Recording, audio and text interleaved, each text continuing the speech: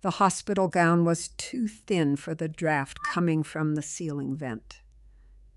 It crackled like dry leaves every time I shifted my weight on the narrow gurney. On my wrist, the blue plastic identification band felt cold, almost heavy, as if it were the only thing keeping me anchored to the mattress. Curtis sat in the single vinyl chair by the door, his eyes fixed on his phone. The screen cast a pale, bluish light over his face. Deep-set lines around his mouth that had hardened over 40 years of marriage into a permanent expression of mild disapproval. He didn't look up when the nurse came in to check my vitals, nor when the squeak of her rubber-soled shoes broke the rhythmic hum of the monitors. "Your blood pressure is a little high, Mrs.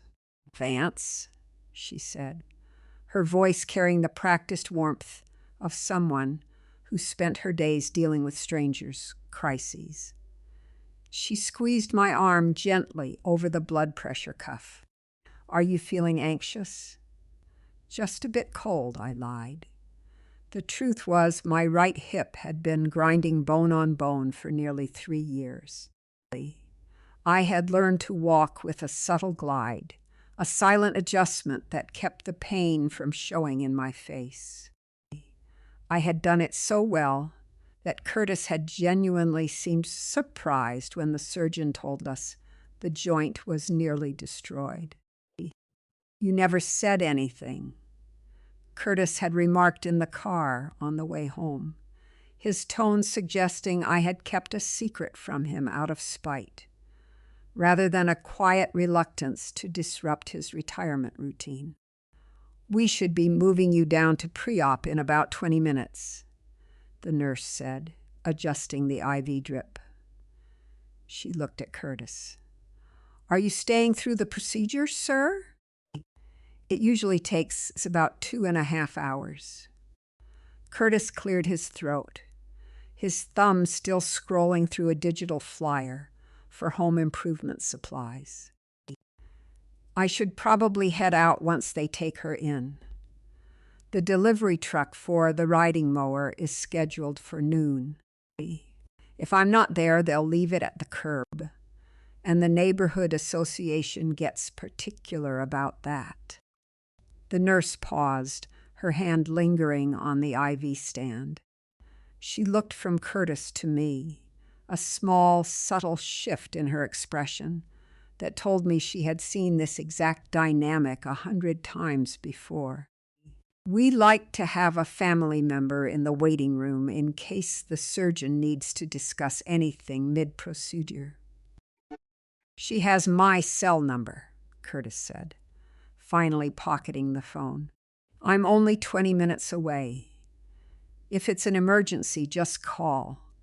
He didn't look at me as he said it. It wasn't an act of malice. It was simply the math of our life. The lawnmower was tangible. It required signature, assembly, and secure storage. I was a constant, a fixture of the house like the water heater or the pantry shelves. One does not sit in a waiting room to watch a water heater get repaired. When you spend 3 decades keeping yourself small so other people have room to move, they eventually forget you occupy physical space at all. "I'll be fine," I told the nurse. My voice sounded thin, even to me. "He needs to be there for the delivery." The nurse gave a tight professional nod and left the room.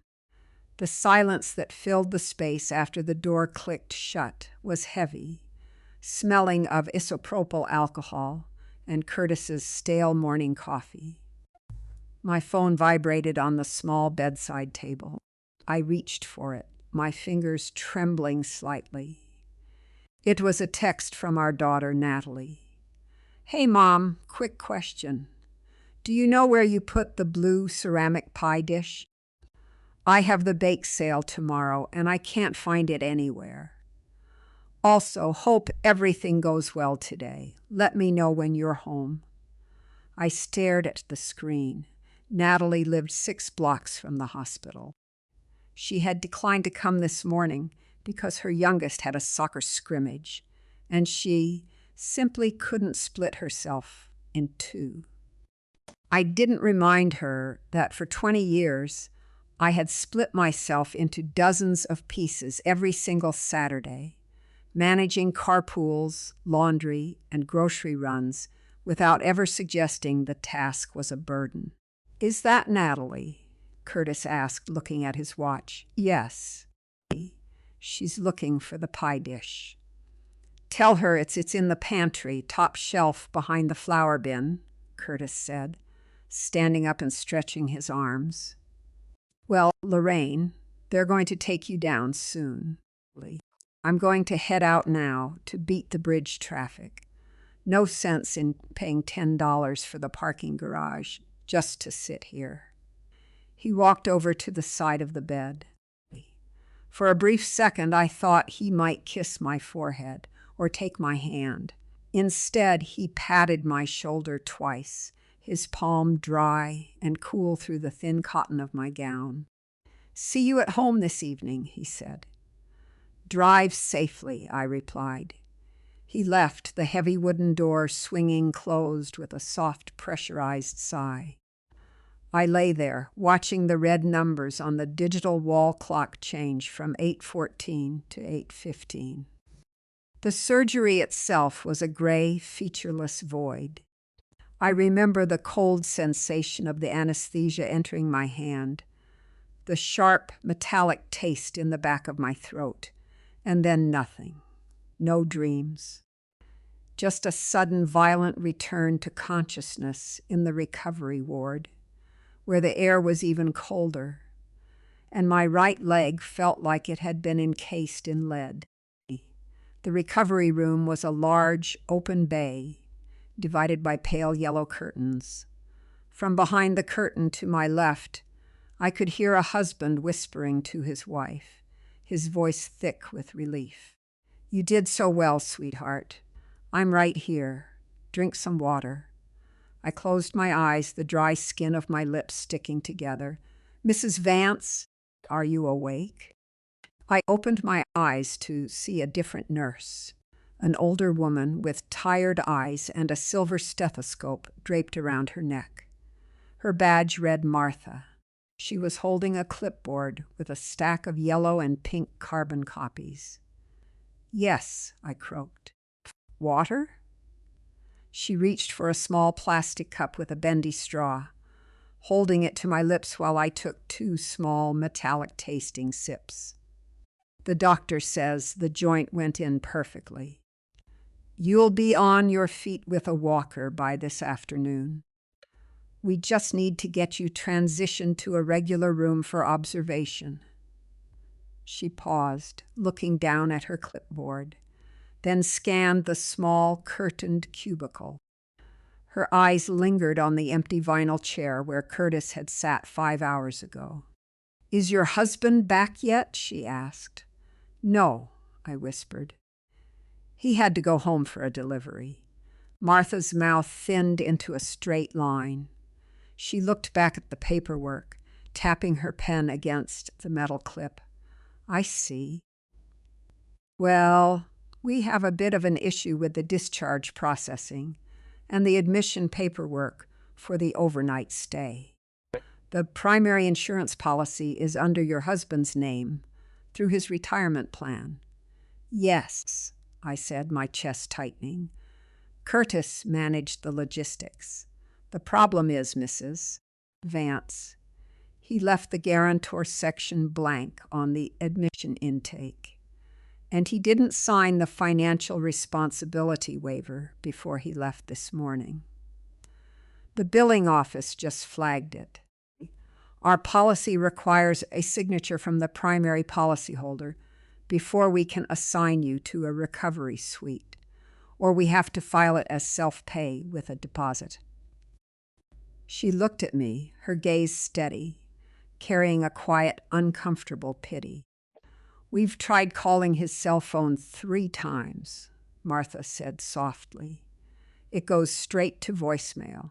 The business office needs to know who is going to be responsible for the surgical copay and the room fee before we can move you out of the hallway. The green plastic belongings bag lay on the shelf beneath my gurney, its drawstrings knotted tight.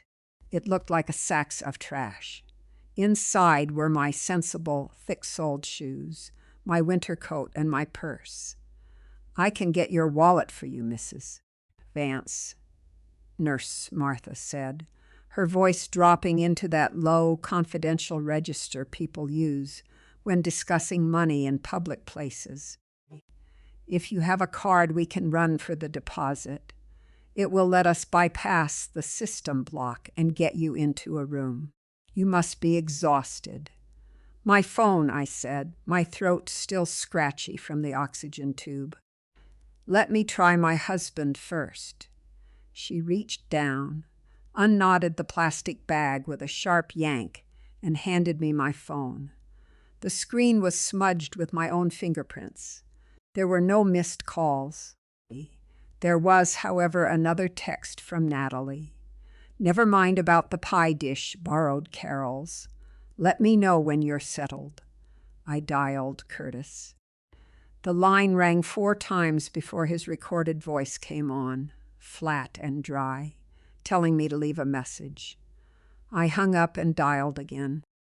Curtis had a habit of ignoring the first call from an unrecognized number.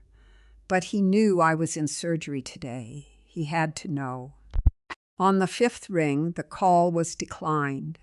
A second later, a generic text response popped up. "Busy. Call you back." A family's neglect is rarely an active, violent choice. It is a slow, polite drift. A series of small decisions where your comfort is always the easiest thing to trade away. Curtis wasn't ignoring me because he hated me. He was ignoring me because he had decided decades ago that my situation was always under control, mostly because I made sure it appeared that way. "He isn't answering," I told Martha.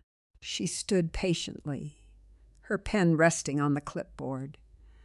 She didn't offer a reassuring smile, and I liked her better for it. False hope is a heavy thing to carry when you're already struggling to breathe.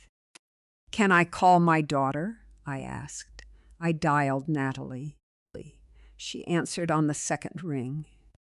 The background filled with the chaotic clatter of a supermarket checkout line and the high-pitched whine of her youngest son begging for candy. "Mom, are you out?" How did it go? Her words rushed together, breathless and distracted.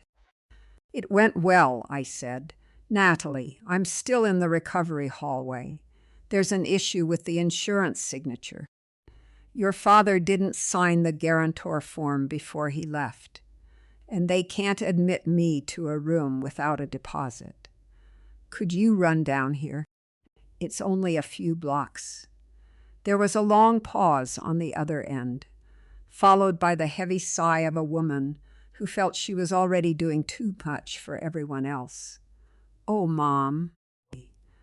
I'm right in the middle of getting the groceries for the school bake sale, and Leo has soccer practice in 40 minutes. Can't they just put it on Dad's card? Why does he assign it right now?" "He's not answering his phone," I said. "And the card they have on file is declined for the deposit because it requires his secondary authorization for medical charges." "Well, I don't have his authorization either," Natalie said, her tone sharpening with defensiveness. "You know how he is with the accounts. If I sign something, he'll spend 3 weeks auditing the statement and complaining about it. Why didn't you guys set this up yesterday?" "We thought we had," I said quietly. "Look, I can try to call him," she offered, though her voice lacked any real intent. "Or maybe Calvin can go?" "No, wait. Calvin is in Chicago for that conference until Thursday." "Mom, just tell them you'll pay it when you check out tomorrow." Surely they don't hold people hostage over a form. They won't hold me hostage, Natalie, I said. They just won't give me a bed. That's ridiculous. It's a hospital, not a hotel. Let me call Dad. I'll text you. The line went dead. I looked up at Martha. A young doctor in blue scrubs hurried past our curtain, his eyes fixed on a tablet, completely oblivious to the small drama unfolding in the corridor. Mrs. Vance? Martha said gently. My purse, I said. It's in the green bag. She reached down, pulled out my black leather purse. Worn at the corners, the strap held together by a tight stitch I had done myself on my old Singer machine, and handed it to me. I zipped open the middle compartment and pulled out a small, faded blue card holder. Inside was a debit card for an account Curtis didn't know existed. It wasn't a secret fortune. It was the residue of 15 years of doing alterations for the neighborhood bridal shop. $50 here, $80 there. Cash I had slowly deposited into a small credit union near the public library. I had started it when Curtis retired and began tracking every grocery receipt down to the penny, demanding to know why we needed the brand name dish soap instead of the generic. I had kept it as a quiet margin of safety, a way to buy birthday gifts for the grandchildren without having to explain the expense. How much is the deposit? I asked. $1,200, Martha said, her voice careful. It's a standard hold for non-guaranteed admissions. Once the insurance clears, it gets refunded. I handed her the blue card. Use this. She took it, her fingers brushing mine.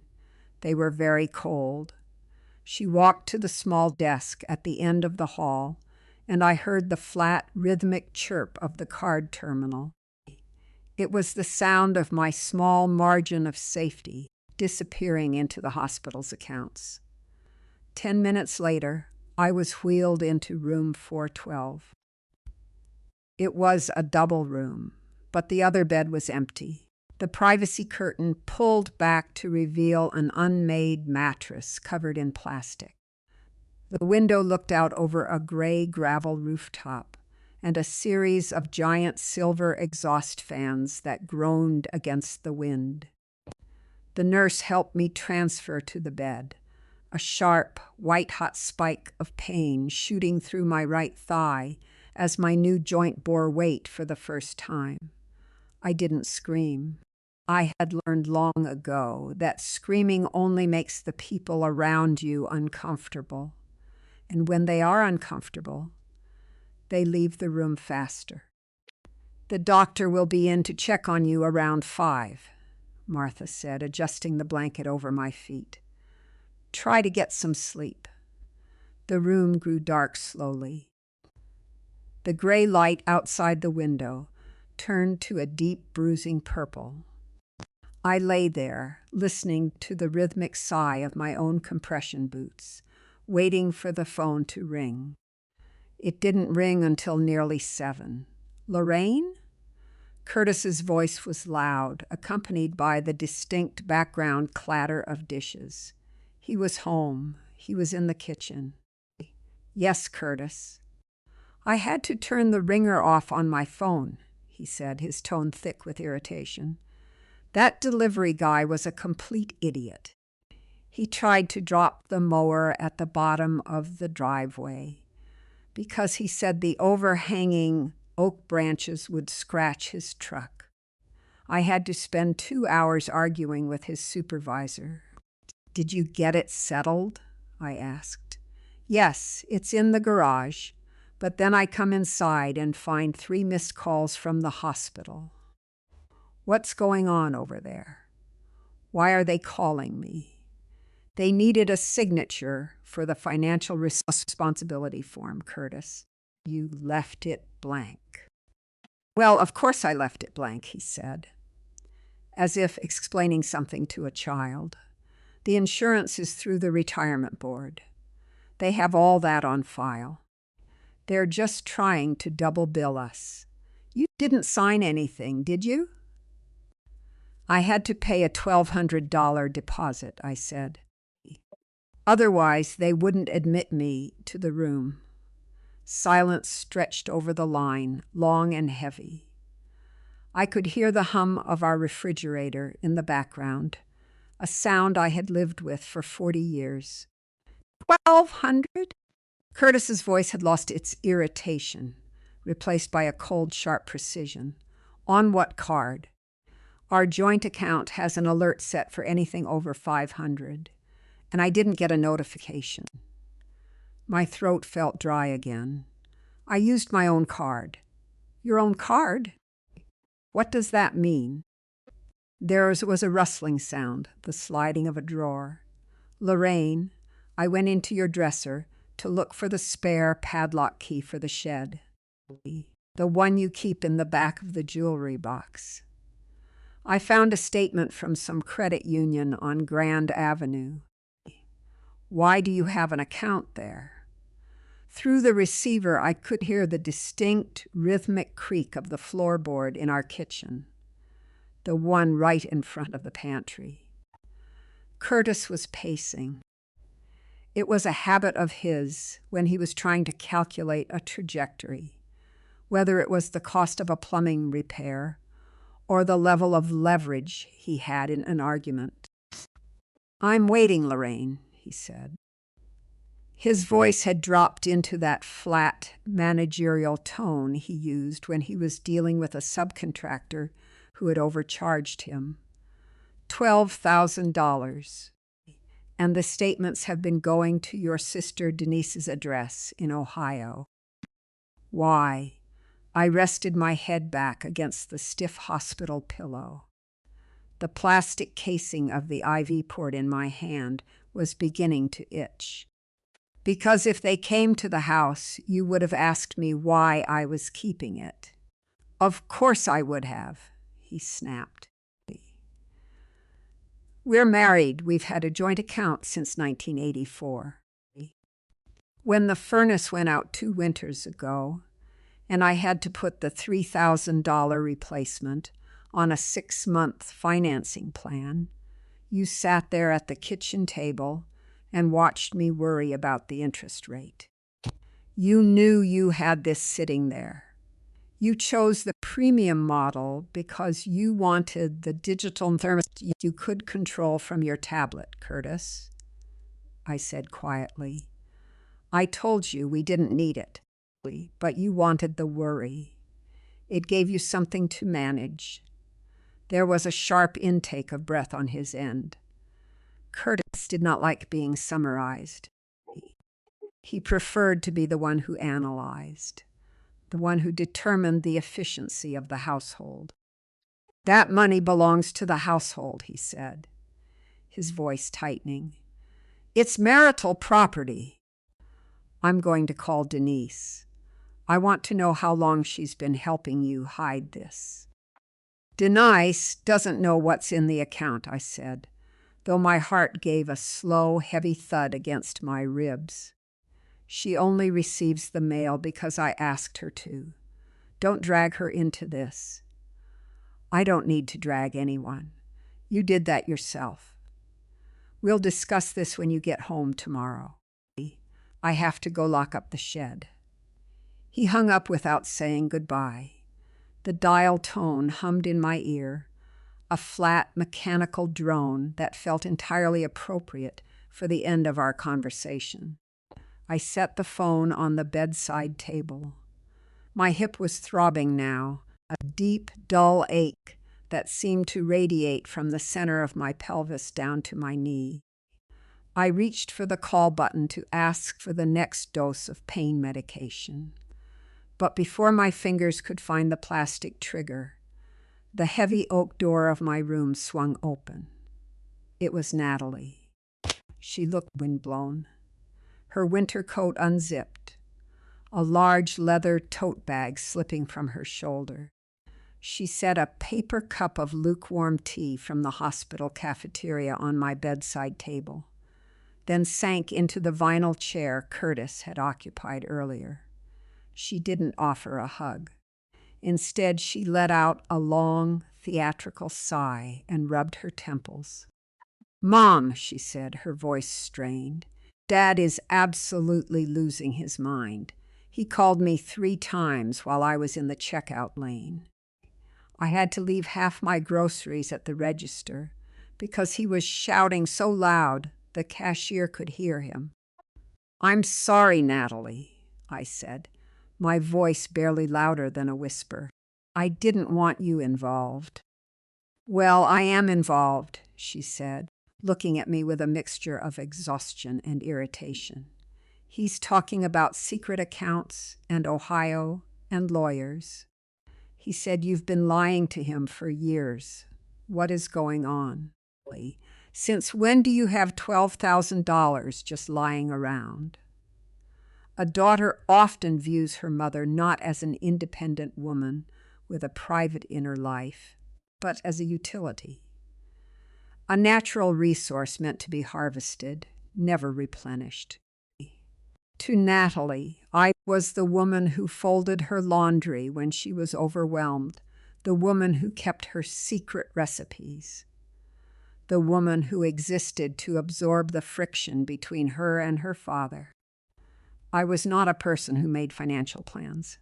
"It's my sewing money," I said. "I saved it over 15 years. I wanted to have something that was mine." "But why?" Natalie pressed, her brow furrowing. "It's not like Dad doesn't buy you what you need. You have the house, you have the grocery allowance. It just looks suspicious, Mom. It looks like you were planning something." She paused, her eyes shifting to the window where the reflection of the room was beginning to show against the dark glass. She leaned forward, lowering her voice. "Dad said he didn't just find the bank statement," she whispered. "He said he found a folder in the bottom of your sewing basket. A folder with brochures for those senior apartments over on Elm Street, and a receipt for a holding deposit from last August." My hand, resting on the hospital sheet, went completely still. The Elm Street apartments were small, quiet, and designed for single older women.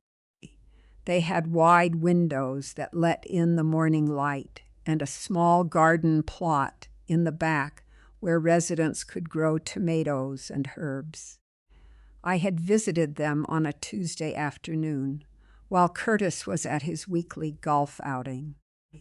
I had sat on the edge of a sample bed, listening to the absolute silence of the room, and I had felt, for the first time in 30 years, a sensation that resembled peace. "Is it true?" Natalie asked. Her voice wasn't filled with concern for my happiness or curiosity about my loneliness. It was thin, sharp, and laced with a cold, protective panic. "Were you going to leave him?" "I was thinking about it," I said.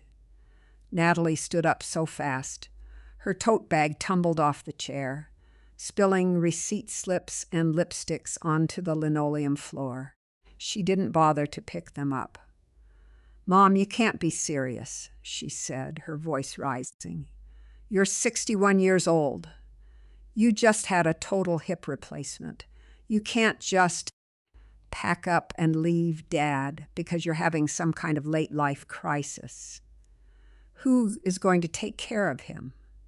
She stared at me, her chest heaving slightly under her coat. "Who is going to manage his medication?" she demanded, her voice trembling with a selfish, desperate terror. "Who is going to make sure he eats? I have 3 kids, Mom. I have a job. I can't have him coming to live with us because you decided you wanted an apartment with a garden." Natalie's shadow stretched long and thin across my hospital bed, distorted by the yellow light from the hallway. She stood there, Her car keys clutched so tightly in her fist that her knuckles were white. She looked at me not as her mother, but as a machine that had suddenly stopped working in the middle of a harvest. "You haven't asked me how the surgery went, Natalie," I said. My voice was very quiet, almost lost beneath the hum of the air conditioner.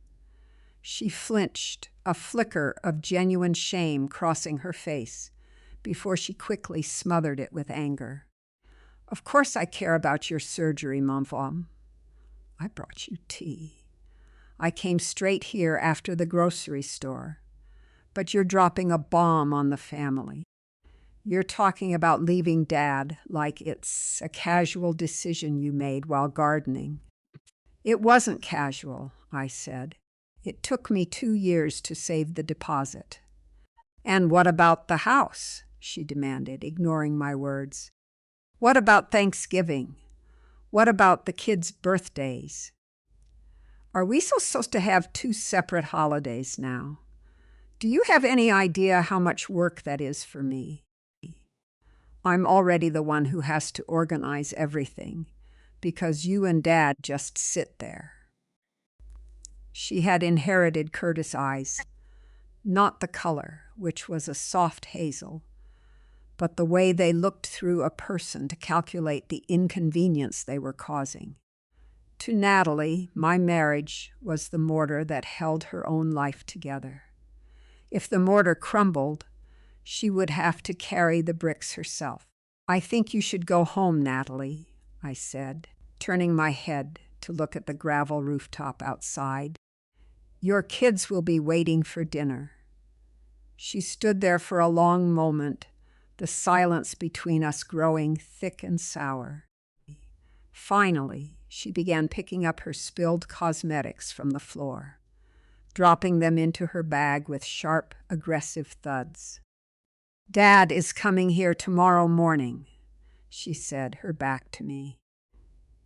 "He's calling Calvin tonight to tell him what you've done. You've really torn it this time, Mom. I hope that little apartment is worth it." She didn't wait for me to reply. The door clicked shut behind her, the latch sliding into place with a definitive metallic snap. At 9 o'clock, a young orderly named Sean came in to help me stand for the first time.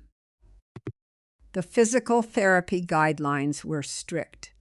They wanted me up and weight-bearing within 12 hours of the operation to prevent blood clots.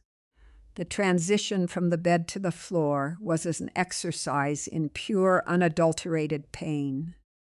As my right foot touched the cold linoleum, a sensation like liquid fire shot up my leg, settling deep in the marrow of my pelvis, where the titanium stem had been hammered into my bone.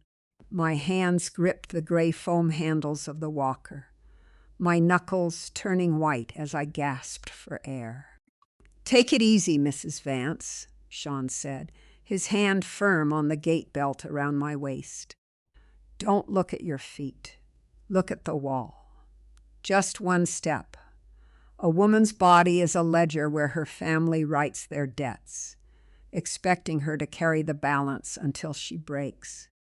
For years I had stood at the stove with a throbbing lower back, carried heavy laundry baskets up the steep basement stairs, and ignored the deep, grinding ache in my hip while I weeded Curtis's prized hydrangeas.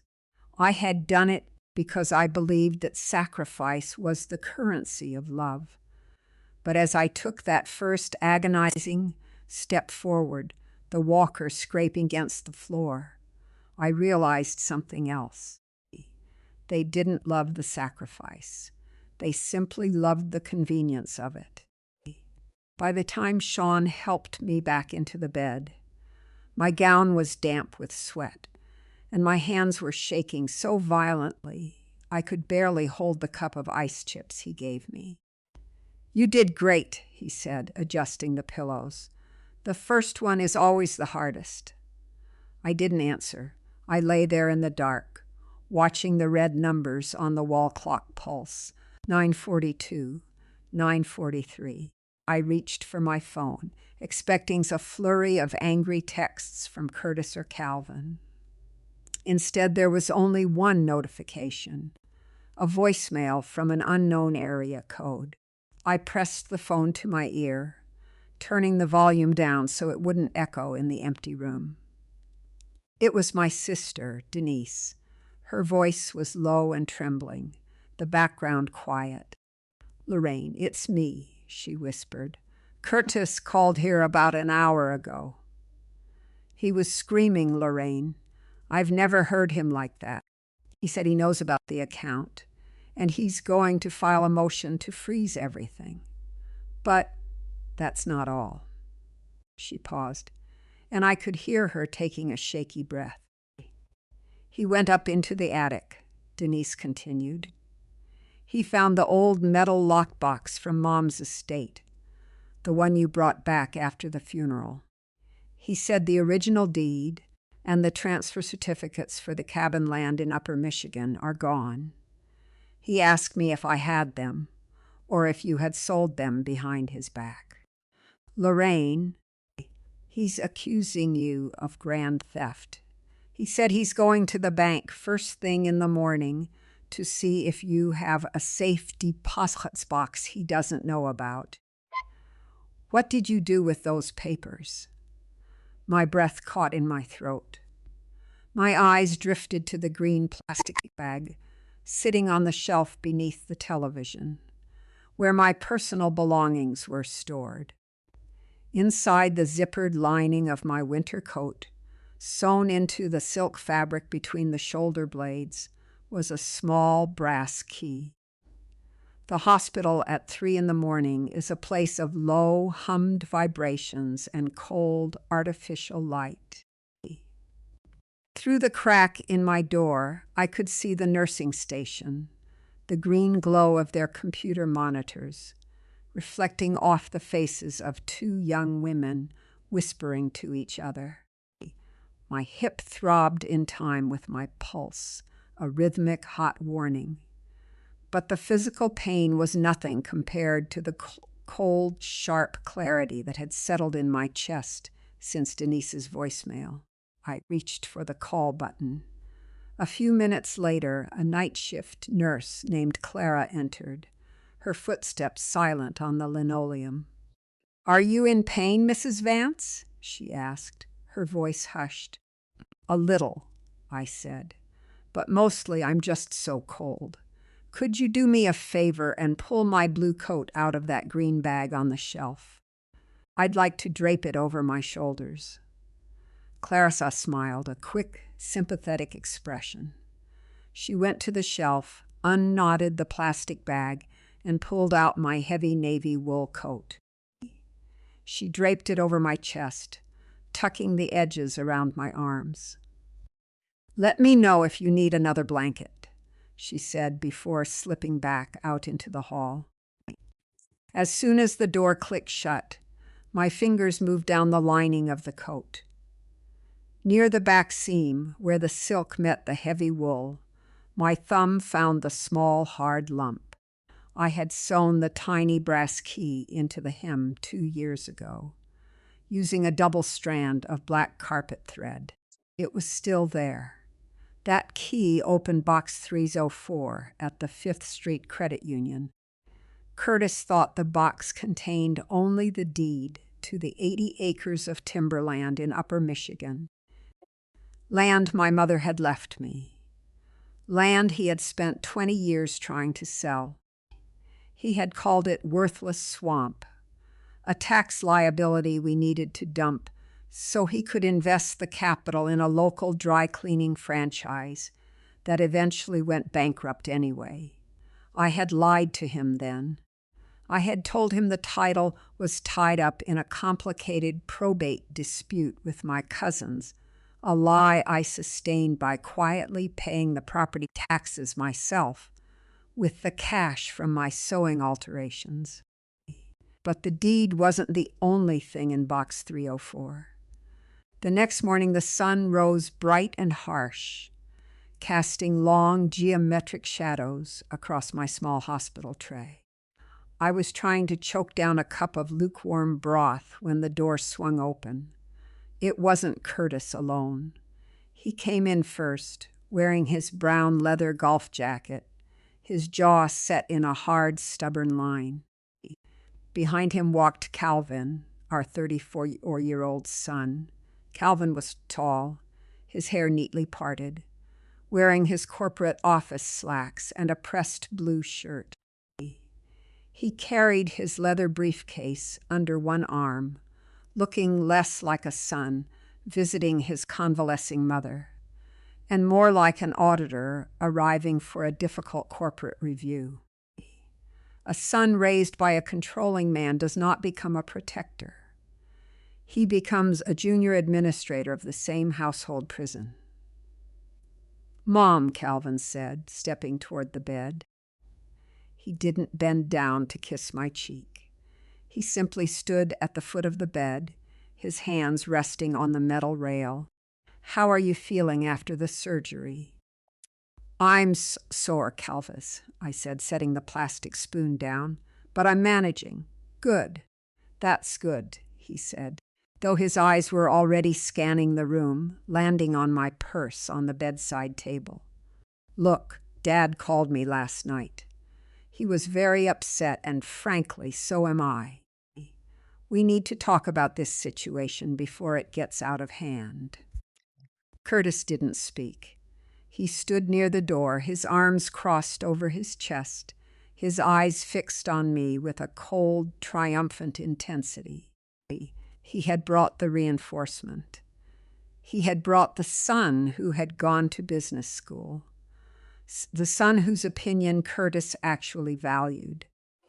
"Your father tells me you've been hiding an account in Ohio," Calvin said, his voice smooth, adopting the pacifying tone he used for client presentations, "and that you have a safe deposit box. Mom, you have to understand how this looks. Under state law, hiding assets during a marriage is considered marital waste. It's a serious legal issue. If Dad wanted to, he could file a petition today that would make things very difficult for you." "Is that what your father wants?" I asked, looking at Curtis. Curtis took a step forward, his voice low and raspy. "I want what's mine, Lorraine. I built our life. I paid the mortgage on that house for 40 years while you stayed home. You don't get to skim off the top and plan an exit behind my back." "I earned that money, Curtis," I said. "I sat at that sewing machine until my fingers bled, fixing the hems of girls whose names you never bothered to learn." "It doesn't matter," Calvin interrupted, his tone sharpening slightly, the polite facade slipping. "Legally, it's joint income. But more importantly, we need to talk about the Michigan land. Dad says the deed is missing from the lockbox in the attic. He thinks you put it in the safe deposit box." "It's my mother's land," I said. "It's an asset," Calvin corrected. "And right now it's an asset we need to look at.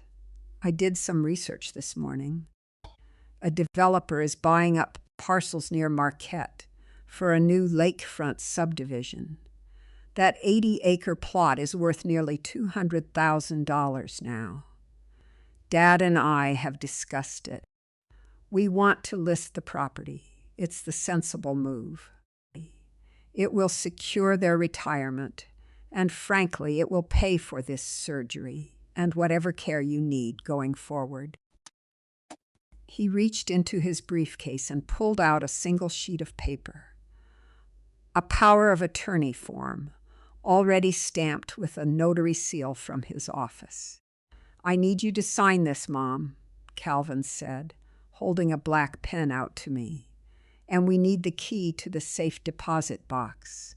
Dad knows which branch it's at. He's going to go down there this afternoon and retrieve the deed." I looked at the pen. Then I looked at Calvin's face, so smooth, so devoid of any curiosity about why his mother had felt the need to hide a piece of her life from them for 30 years. He didn't want to know. He only wanted the ledger to balance. "And if I don't sign it?" I asked. Curtis took another step closer to the bed, his shadow falling over my legs. His eyes dropped to my navy wool coat, which was still draped over my lap. "If you don't sign it, Lorraine," Curtis said, his voice dangerously soft, "I'm going to go out to that parking lot, call the police department, and report that you stole $30,000 worth of bearer bonds from my mother's estate 30 years ago. I still have the probate inventory, Lorraine. I know they were in that box when she died."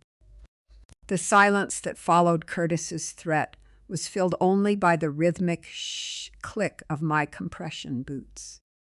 Calvin looked down at his shoes, adjusting the strap of his leather briefcase. He didn't look surprised by his father's accusation. He had likely helped Curtis rehearse it in the car on the way over, in framing a 30-year-old family secret into a neat, marketable piece of blackmail. "The bearer bonds," I said, my voice steady despite the flutter in my chest. "You mean the ones as your mother gave me 2 weeks before she passed, while you were out in the driveway detailing your car?" Curtis's face went stiff. The skin around his nostrils flared, turning a pale, angry white. "She didn't give you anything. Those bonds were meant to be split between me and my sister. You stole them from her dresser while we were organizing the funeral." "She gave them to me, Curtis," I said, looking him dead in the eye. "She knew you. She knew you'd spend 40 years acting like a king while standing on my shoulders, and she wanted to make sure I had a way out if the weight ever became too much. There's a letter in box 304, in her handwriting, dated and notarized. She wrote it at the kitchen table while you were at your golf tournament." A husband who has spent decades demanding obedience cannot conceive of a wife who simply says no. He views her resistance not as a personal choice, but as a mechanical malfunction that can be corrected with enough force. For 40 years, Curtis had operated under the assumption that I had no leverage, no independent thought, and no safety net. Now, the floor was shifting beneath his golf shoes, and he didn't know how to steady himself. "You're lying," he whispered, stepping closer. "You're a liar, Lorraine." "Dad, wait," Calvin said, his corporate composure finally cracking. He laid a hand on Curtis's arm, his eyes darting to me with a new, sharp curiosity. "If there's a notarized letter from Grandma, the estate probate is closed. We can't touch those bonds. It would be a waste of legal fees to try." "I don't care about the bonds," Curtis hissed, shaking Calvin's hand off. "I want that deed. I want the key to that box." He lunged forward, his hand reaching out to grab the navy wool coat draped over my lap. His fingers caught the collar, his knuckles brushing against my bare arm. I didn't flinch. I didn't scream. I simply reached out and pressed my thumb firmly onto the red call button on the bed rail. "If you pull that coat, Curtis," I said, my voice cold as well water, "the charge nurse will be through that door in 5 seconds. And I will tell her that you are trying to take my personal property by force while I am recovering from surgery. They have cameras in the hallway, Curtis. They'll watch you leave in handcuffs." Curtis froze. His hand remained wrapped in the wool of my coat, his chest heaving. He looked at the call button, then at me. In his eyes, Saw for the first time a flicker of something that wasn't anger. It was fear. "Dad," Calvin said, his voice urgent now. He stepped between Curtis and the bed, gently but firmly breaking his father's grip on my coat. "Let's go. We're not doing this here." Curtis slowly pulled his hand back. He smoothed down the front of his leather golf jacket, his fingers trembling slightly. "You think you're smart, Lorraine. You think you've got this all figured out, but you're stuck in that bed. You can't even walk to the bathroom without help." He leaned in, his breath smelling faintly of peppermint and stale coffee. "I'm going to the 5th Street branch," he said. "Calvin's firm has a notary on staff. We're going to file an emergency freeze on that box by noon.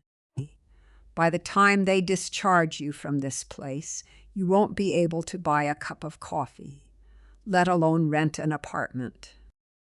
"Let's go, Dad," Calvin said, guiding his father toward the door. Curtis pointed a finger at me one last time. "See you at home, Lorraine, if you can make it." The door swung closed. The room felt suddenly large, empty, and incredibly cold. I looked at the clock on the wall. 10:15 a.m. The 5th Street branch of the credit union was 6 miles away. The branch manager, a man named Arthur Pendleton, had known Curtis for 20 years. If Curtis and Calvin showed up with a power of attorney claim and a team of corporate lawyers, Arthur might not wait for a judge's signature to freeze the box. He would do it as a favor to a fellow Rotary Club member. I had less than 2 hours. I reached for my phone, my fingers slick with cold sweat. I couldn't call Natalie. She was already terrified of her father's anger. I couldn't call Denise in Ohio. She was too far away to help. I scrolled through my contacts until I found the name Sylvia. Sylvia was 72. We had met 12 years ago in a water aerobics class at the local MCA. She was a widow who lived alone in a small, immaculate brick bungalow, spent her winters in Florida, and drove a massive, dented Buick LeSabre like she was trying to win a stock car race. Sylvia was the only person in my life who had ever looked at Curtis and said, "That man has the soul of a shoe clerk, Lorraine. Don't let him polish his boots on your back." The phone rang twice before she answered. "Lorraine, are you all right? Natalie said you had the surgery yesterday." "Sylvia," I said, my voice cracking slightly, "I need a favor, a very big one. Name it. Do you need me to bring you some real food? Hospital broth is a crime against humanity." "No," I said, looking down at the navy wool coat on my lap. "I need you to bring your car to the ambulance bay at the back of the hospital. And Sylvia, I need you to bring a pair of sewing scissors, the heavy ones." Getting dressed was the hardest thing I had ever done. The physical therapists had warned me about the 90-degree rule. I could not bend my torso toward my thighs or bring my knee up past my waist without risking popping the new ceramic ball out of its titanium socket. Every movement had to be straight, stiff, and agonizingly slow. I sat on the edge of the bed, my teeth gritted so hard my jaw clicked. I used the metal grabber tool from the hospital kit to hook the waistband of my slacks, slowly guiding my right foot through the leg hole. Sweat dripped down my neck, soaking the collar of my shirt. Each tug of the fabric sent a wave of white-hot nausea through my stomach. I was pulling on my left shoe when the door opened. Sylvia walked in. She was wearing a bright turquoise fleece jacket, her silver hair styled into a perfect, stiff helmet that resisted the autumn wind. She smelled of dry cleaning fluid and drugstore lavender perfume. In her hand, she carried a plastic grocery bag. She took one look at me, pale, sweating, half-dressed, and trembling, and closed the door behind her, locking it with a quiet click. "Lorraine Vance," she said, her voice a sharp whisper. "You look like a corpse that's been poorly reanimated. What on earth are we doing?" "We're going to the bank, Sylvia," I gasped, leaning back against the raised hospital bed to catch my breath. "Curtis and Calvin are on their way to freeze the safe deposit box. They have a power of attorney form." "Calvin, too?" Sylvia's eyes narrowed, a fierce, protective maternal anger hardening her features. "That little lease breaker. I knew he was a snake when he refused to help you move your mother's china cabinet because he had a tennis match." She reached into her plastic bag and pulled out my heavy navy wool coat, along with a pair of professional 8-inch Jinger sewing shears. The steel blades gleamed under the fluorescent lights. "Where is it?" she asked. "In the back seam," I said, pointing with a trembling finger. "Near the shoulder blades, inside the lining." Sylvia didn't hesitate. She laid the coat across the bedside table, slid the sharp tip of the shears into the silk lining, and made a clean 3-inch cut. With her manicured fingers, she reached inside, feeling along the wool. A second later, she pulled out the small brass key. It caught the light, a tiny, dull piece of metal that carried 30 years of my life. "Got it," Sylvia said, slipping the key into her pocket. "Now, how are we getting you out of here? The nurses aren't going to just let you waltz out the front door 24 hours after a joint replacement." "There's a wheelchair in the alcove near the elevator," I said. "I saw Sean park it there when he brought me back from my walk." Sylvia gave a short, wicked laugh. "Sit tight. I'll be back in 30 seconds. When a woman finally decides to save herself, the danger of the rescue matters far less than the horror of remaining captive." I knew the medical risks. I knew I could dislocate the joint, tear the internal stitches, or trigger a clot. But as I sat on the edge of that bed, wearing my own worn clothes, I knew that if I let Curtis and Calvin lock me out of box 3-4, I would never leave that house on Elm Street. I would die in the background of their lives, invisible and broke. The door opened again, and Sylvia rolled in a high-backed chrome wheelchair. "Hop in, beautiful," she said. I told the volunteer at the desk that I was taking my sister down to the gift shop to buy some lemon drops. The transfer into the chair was a blur of gray, nauseating pain. I had to slide my hips forward, keeping my right leg perfectly straight, while Sylvia supported my waist. When my weight finally settled onto the seat, I had to close my eyes to keep from vomiting. "You okay?" Sylvia whispered, her hand resting on my shoulder. "Go," I managed to say. "Before the nurse comes back with my pills." Sylvia threw my navy coat over my lap to cover the hospital identification band on my wrist, and we rolled out into the hallway. The walk to the elevator felt 3 miles long. We passed the nursing station, where Clara was typing furiously on her keyboard. She didn't look up. A doctor passed us, his eyes fixed on a clipboard. The elevator arrived with a soft ding, the doors sliding open to reveal an empty car. We descended to the ground floor in silence. When the doors opened, the cold autumn air hit my face through the automatic sliding doors of the ambulance bay.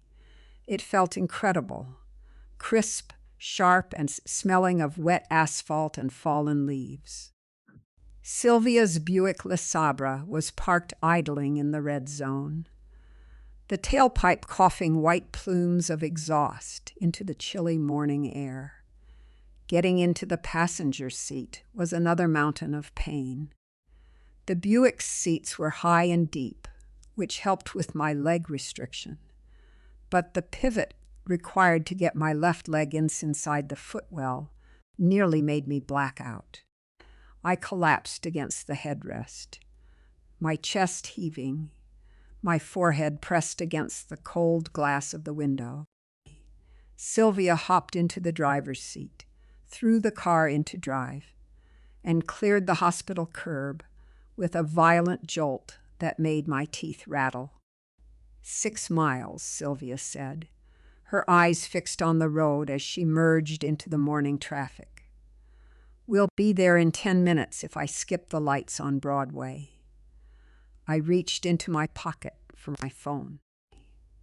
As soon as the screen lit up, a red banner notification appeared at the top. It was an automated security alert from the Fifth Street Credit Union. Security alert. A joint holder inquiry has been initiated on Box 304. To approve electronic access, reply, yes. If this was not you, please contact branch security immediately. My thumb hovered over the screen, my heart hammering against my ribs. Sylvia, I whispered, the cold glass of the window vibrating against my cheek. They're already there. I looked down at the screen of my phone, my thumb hovering over the no option on the security alert. My hand was shaking so badly I missed the button twice, the blue light of the screen reflecting off my sweaty palms. On the third try, I tapped it. Response recorded. Access denied. Please visit your local branch to resolve this inquiry. What is it? Sylvia asked, her eyes darting from the road to my face. She was navigating the busy 4-lane strip mall district, the Buick's heavy steering wheel creaking as she took a sharp left on Broadway. They're trying to bypass the signature card, I said, my voice tight. They're at the desk. I dialed the credit union's direct line. I didn't want the main switchboard. I dialed the direct extension for Evelyn Gable, the vault custodian who had worked at the Fifth Street branch since my children were in elementary school.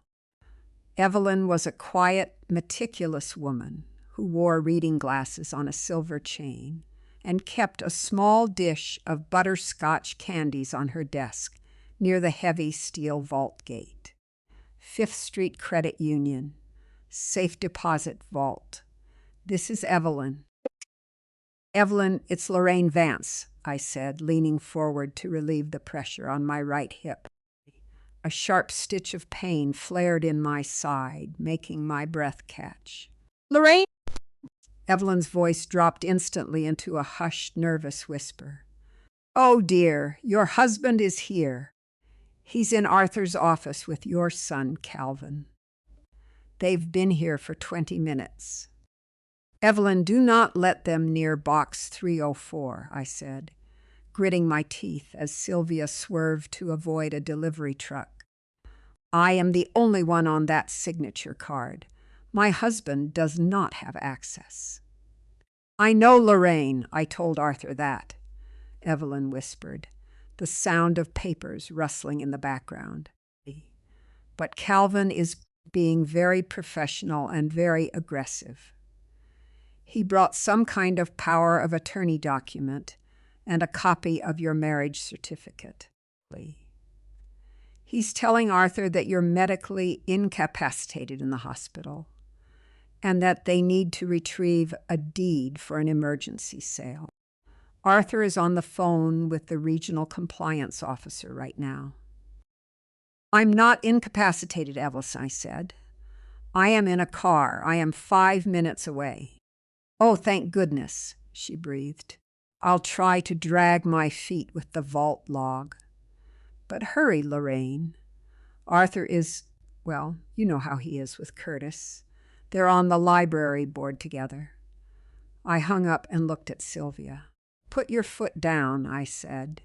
Sylvia didn't need to be told twice. She hit the gas, the Buick's V6 engine giving a loud, throaty roar as we blew through a yellow light at the intersection of 5th and Elm. When we pulled into the bank parking lot, Sylvia drove right over the painted white lines, parking diagonally across 2 spaces marked reserved for branch manager. She killed the engine, hopped out of the car, and immediately opened the back door to retrieve the folding aluminum walker she had snatched from my hospital room.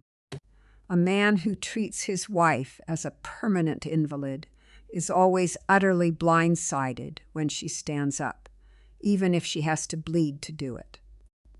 Curtis believed my world ended at the borders of our kitchen.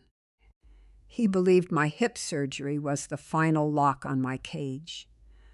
He had no idea what I was capable of when I had nothing left to lose.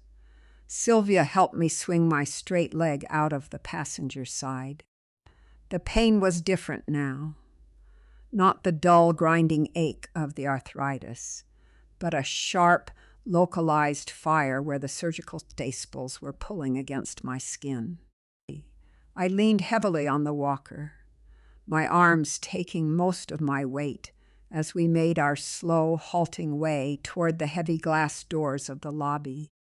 The credit union smelled of carpet cleaner, paper ledger sheets, and commercial lavender air freshener.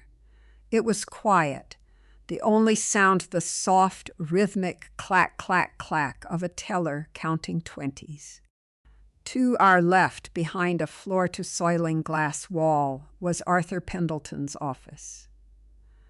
Curtis was pacing in front of Arthur's cherrywood desk, his hands stuffed into the pockets of his golf jacket. Calvin sat in one of the leather visitor chairs, his briefcase open on his lap, pointing a gold pen at a document on the desk. Arthur, a small balding man in a gray suit, was holding a telephone to his ear, his brow furrowed. Evelyn Gable was standing near the heavy black iron gate of the vault, holding a heavy clipboard against her chest. When she saw me hobble through the double doors, her eyes went wide behind her reading glasses. She let out a small gasp and immediately began walking toward me. "Lorraine," she whispered, her eyes dropping to my pale face and the hospital bracelet still visible under my coat sleeve. "You should be in bed." "I'm fine, Evelyn," I said, my voice shaking slightly. "I need the vault log." Through the glass wall of the office, Curtis turned. His jaw went completely slack. For 3 seconds, he simply stared at me, his eyes wide with a mixture of disbelief and absolute fury. He looked at Calvin, then back at me, as if trying to confirm that the woman with the aluminum walker in the lobby was indeed the wife he had left in a hospital bed 3 miles away. He threw Arthur's door open so hard the glass pane rattled in its metal frame. "What are you doing here?" Curtis shouted, his voice echoing off the high ceiling of the lobby. "You're supposed to be in recovery. Who let you out of that hospital?" "I let myself out, Curtis," I said, my voice low but perfectly clear. Calvin stepped out of the office behind his father, his face pale, his gold pen still clutched in his hand. "Mom, this is reckless. You're risking your health. You have no business being out of bed." "My business is in the vault," I said, looking at Arthur, who had followed them out, looking deeply uncomfortable. "Lorraine," Arthur said, smoothing his tie. "I'm glad you're here, actually. We have a rather complicated situation. Your husband has presented a power of attorney for your maternal property in Marquette. He also has a signed purchase agreement for the 80 acres, dated 3 weeks ago. I stopped. The walker felt cold beneath my hands. A purchase agreement, I whispered. Arthur looked at Curtis, then back to me, his tone turning cautious, professional, and slightly alarmed. Yes, the buyer's title company called our mortgage department this morning. They were ready to wire the funds, but they noticed the original deed wasn't registered in the county system. Curtis told them he had the physical deed in your safe deposit box and would deliver it to the closing attorney at noon today. Arthur paused, his eyes moving to the paper in Calvin's hand. The problem is, Lorraine, the purchase agreement has your signature on it, but when we compared it to the signature card on box 304, the writing styles are completely different. It looks like your name was signed by someone else. The air in the lobby seemed to grow thin. I reached out and took the copy of the purchase agreement from Arthur's desk. My fingers leave small, damp smudges on the crisp paper. At the bottom of the page, on the line marked seller, was my name. It was written in a tight, cramped hand that was a poor imitation of my loose, sweeping cursive. But it wasn't the signature that caught my eye. It was the small, circular ink stamp next to it. Notary Public, Calvin J. Vance, State of Michigan. Commission expires November 14, 2028. I looked up from the paper. Calvin was staring at me, his mouth slightly open, his gold pen clutched in a fist that had begun to shake. He knew exactly what I was looking at. In the state of Michigan, notarizing a forged signature is a Class D felony. It carries a mandatory prison sentence, the immediate revocation of a notary commission, and for someone like Calvin, an auditor with a major financial firm, it meant the absolute irreversible end of his career. He had risked everything he had built, not out of malice toward me, but out of a lazy, arrogant assumption that his mother would never check. He had assumed I would simply do what I had always done, absorb the damage in silence to keep the family from falling apart.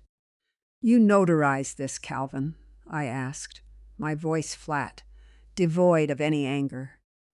Mom, Calvin said, taking a step toward me, his voice dropping into a desperate, hurried whisper. It was. Dad said you were on board. He said you had agreed to the terms, but were just too tired to go to the office to sign. I was only trying to help expedite the process so the medical bills wouldn't pile up. You lied to your son, Curtis? I looked at my husband. Curtis didn't flinch. He sneered, a small, ugly sound escaping his throat. We've been married 40 years, Lorraine. I shouldn't need a permission slip to manage our property. That land was sitting there rotting while we're living on a fixed pension. It was a business decision. It wasn't your business, I said. A mother will endure decades of her own suffering. But there is a strange, quiet moment when she realizes her children have become the very monsters she tried to protect them from. I had spent Calvin's childhood smoothing over his father's temper, hiding Curtis's financial failures so Calvin and Natalie could grow up, believing they lived in a stable, secure home. I had sacrificed my own peace to give them a father they could respect, and this was the return on that investment. Arthur, I said, turning to the branch manager. My signature was forged, and my son notarized it. I want to access my safe deposit box immediately. Arthur's face was the color of curdled milk. He looked at Calvin's notary stamp, then at Curtis, and finally at me. He was a small-town banker who wanted no part of a family war that involved felony fraud.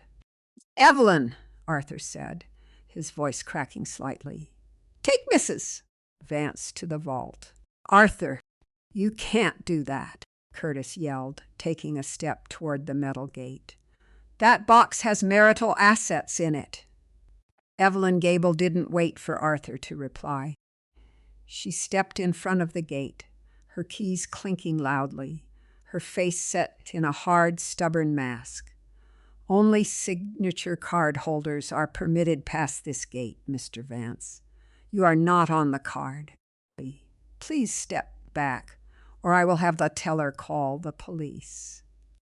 Curtis looked like he was about to push past her, but Calvin caught his shoulder, his grip tight and desperate. "Dad, don't," Calvin whispered, his eyes wide with a cold, terrifying panic. "Stop! Just stop!" Sylvia held my elbow as I pushed my walker through the heavy iron gate. The vault was cool, smelling of oil, old paper, and the heavy, silent weight of steel. Evelyn led us to the back wall, where the small brass-fronted boxes were stacked from floor to ceiling. She slid her master key into the left lock of box 304. I reached into my pocket, pulled out the brass key. Sylvia had cut from my coat and slid it into the right lock. The mechanism turned with a heavy, satisfying clunk. Evelyn pulled the long tin box from the sleeve and carried it to a small private viewing booth in the corner of the vault, closing the frosted glass door behind us. Sylvia helped me sit on the narrow leather bench. My hip was screaming now, a deep, nauseating ache that made my eyes water. But I ignored it. I pulled the lid of the tin box open. Inside, resting on top of a stack of old paperwork, was the original yellowed deed to the 80 acres in Marquette, signed by my mother in 1991.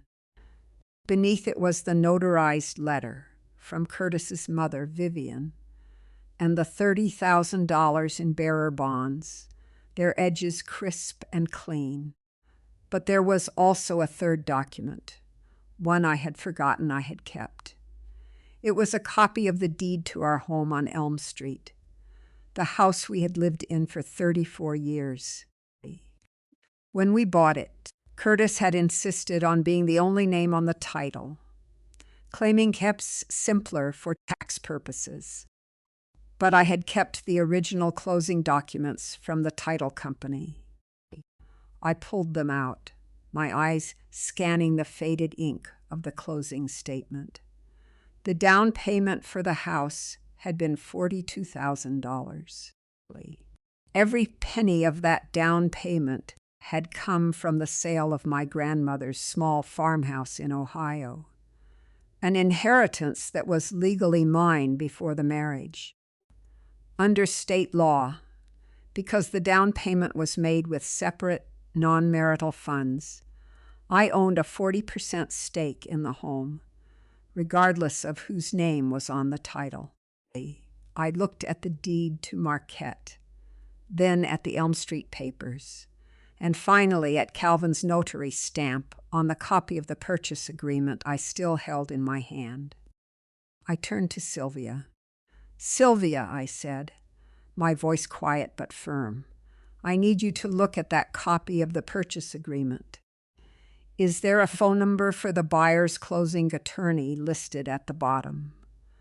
Sylvia put on her reading glasses and scanned the document. "Yes, a law firm in Marquette, Miller and Associates." "Call them," I said. "Lorraine," Sylvia said, her brow furrowing. "What are we doing?" "We're not going to stop the sale, Sylvia," I said, my fingers brushing the yellowed edges of the Marquette deed. "We're going to let it go through, but we're going to change the wiring instructions." The phone rang 3 times before a woman's voice answered. Miller and Associates. This is Sarah. I need to speak with Mr. Miller, I said, taking the receiver from Sylvia. It is regarding the closing on the Marquette timberland, scheduled for noon today. This is Lorraine Vance. I am the sole owner of that property. There was a brief pause, the sound of keyboard keys tapping, and then a man's deep professional voice came on the line. Mrs. Vance, this is Richard Miller. I'm glad you called. We've been trying to verify some details with your son's notary registration. We were having some trouble reaching the county clerk. Mr. Miller, I said, leaning my head against the cool glass of the viewing booth. The signature on the purchase agreement your office received is a forgery. It was notarized fraudulently by my son, Calvin. A heavy, absolute silence fell over the line. I could hear the faint hum of a printer somewhere in Mr. Miller's office, 600 miles away. Mrs. Vance, he said, his tone turning instantly sharp, cautious, and intensely formal. That is an incredibly serious allegation. If that is true, we must halt the closing immediately. The title insurance company will withdraw, and we will have to notify the escrow agent. I don't want you to halt the closing, Mr. Miller, I said. I want to ratify the sale. I have the original deed right here in my hand. I am willing to sign a clean title transfer and execute the closing today, provided you issue a revised closing statement listing me as the sole seller and wire the entire purchase amount, $200,000, to my private credit union account here in town. And if we cannot do that, Miller asked, then I will immediately hang up this phone, call the Marquette County Sheriff, and report the forgery.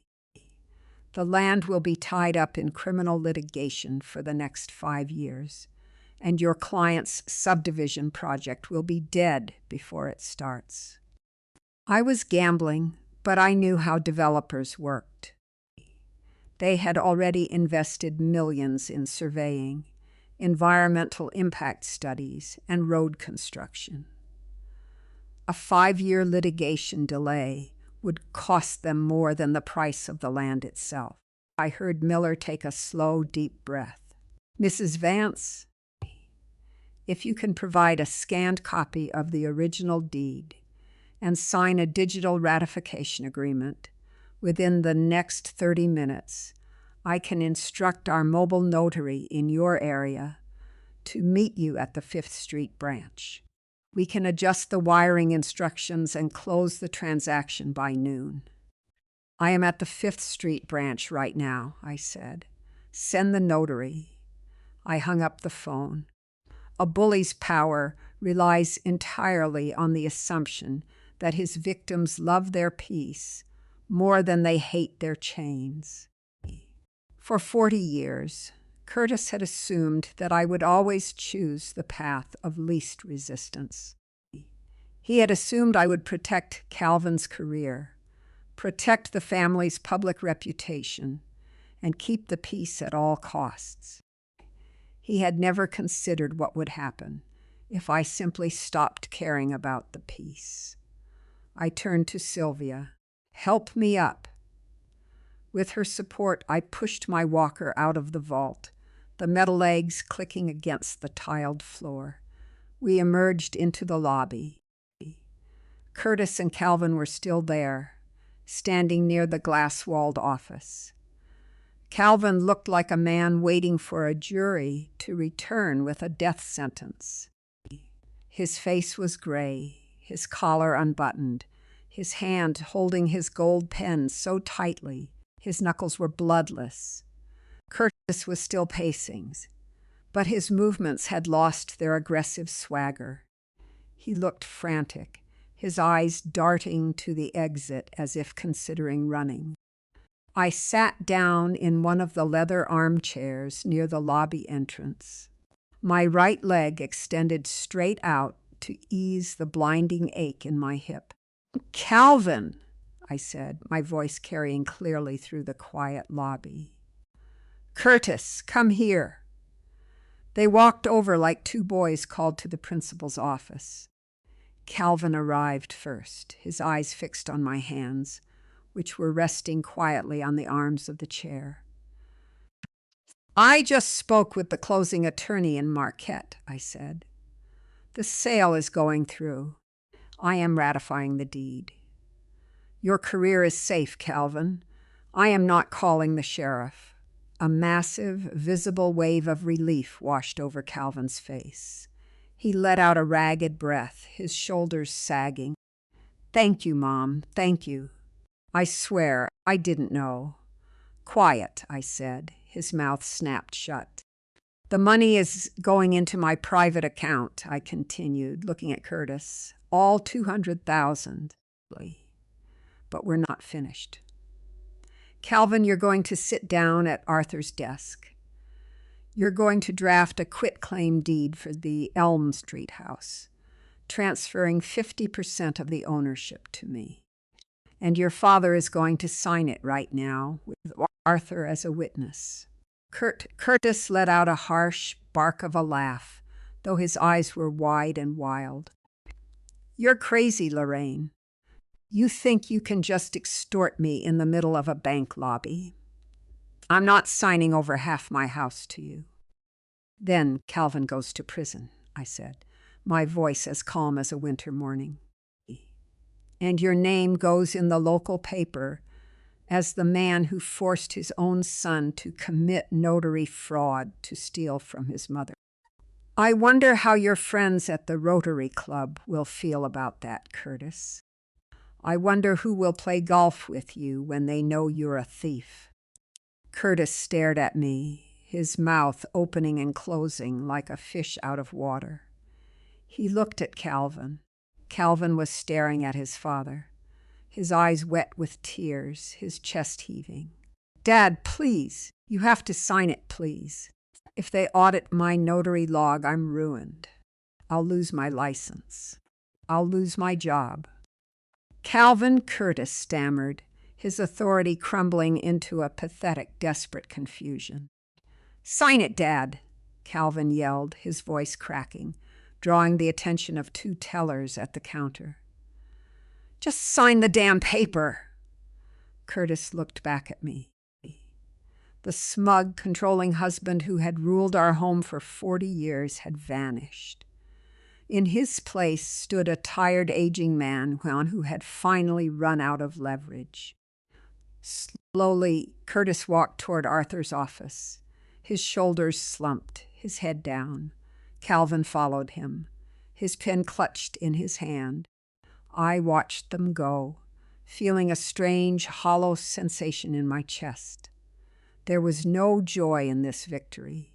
There was only the quiet, heavy realization of how much had been broken to get to this point. Sylvia sat down in the chair next to mine, her hand reaching over to squeeze mine. "You did it, Lorraine." "Not yet," I whispered, watching Curtis pick up the pen at Arthur's desk.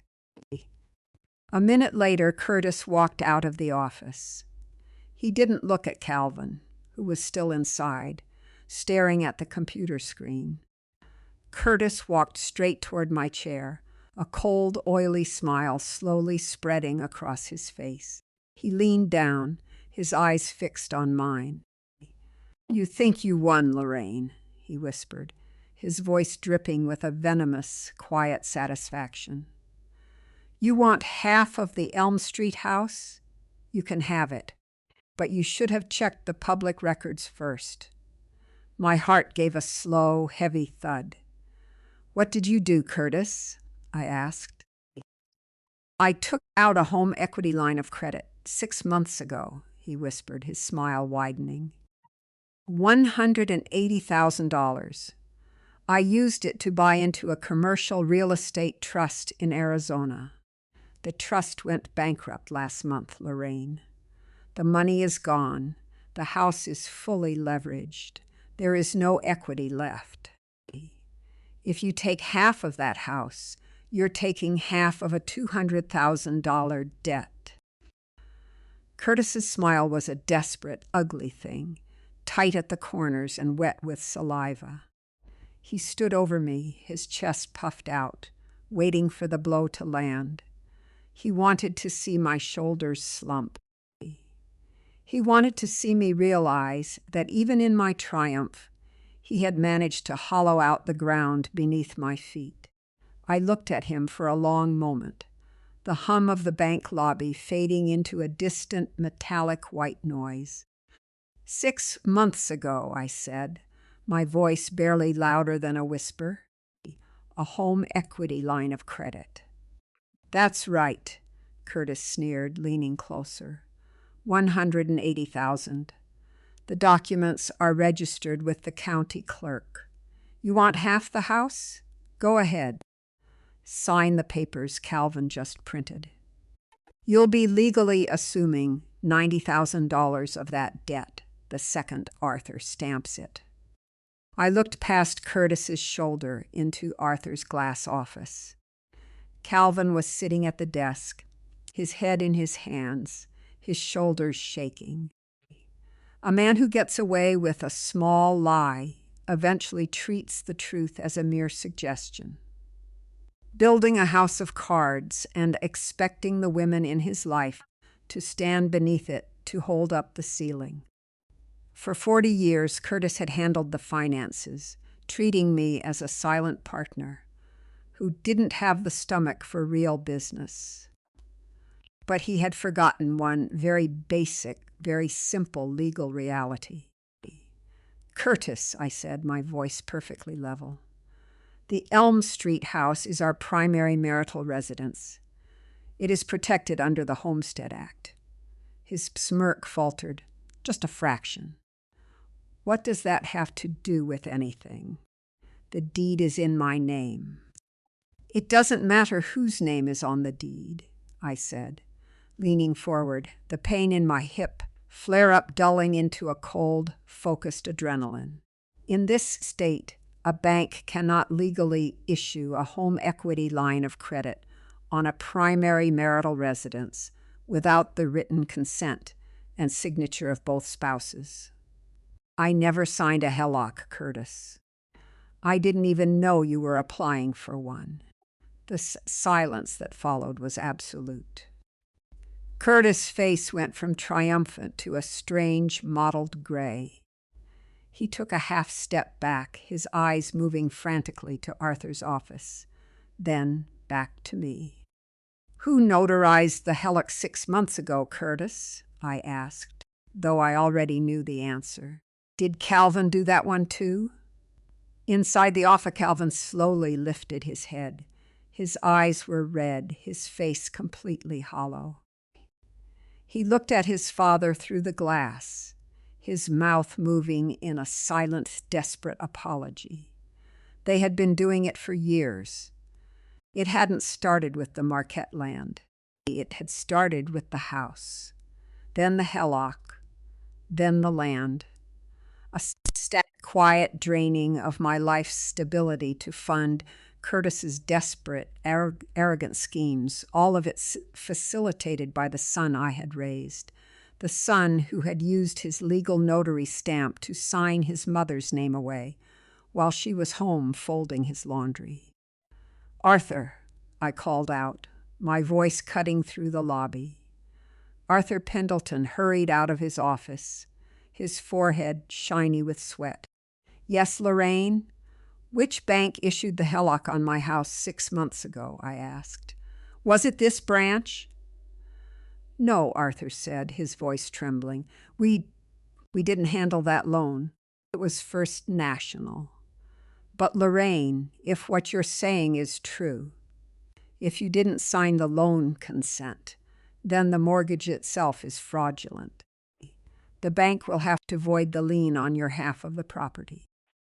But Curtis! Arthur looked at Curtis with a mixture of pity and disgust. Curtis, that's bank fraud.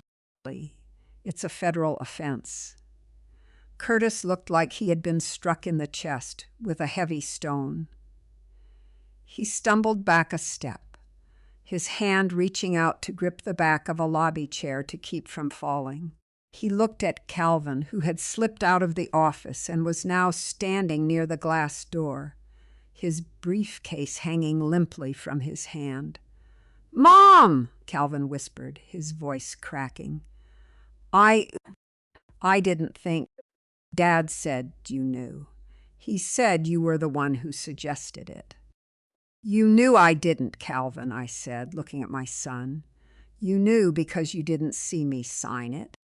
You sat at your desk, you inked your stamp, and you chose your father's greed over my survival." The heavy glass doors of the lobby slid open with a soft whoosh, and a middle-aged woman in a smart gray trench coat walked in. She carried a leather portfolio under one arm and a portable document scanner under the other. She walked straight to the counter, her heels clicking sharply. "Hello, I'm Brenda from Miller and Associates. I'm here to meet Lorraine Vance for an emergency notary signing." "I'm Lorraine Vance," I said, raising my hand. Brenda walked over, her professional smile warm and efficient.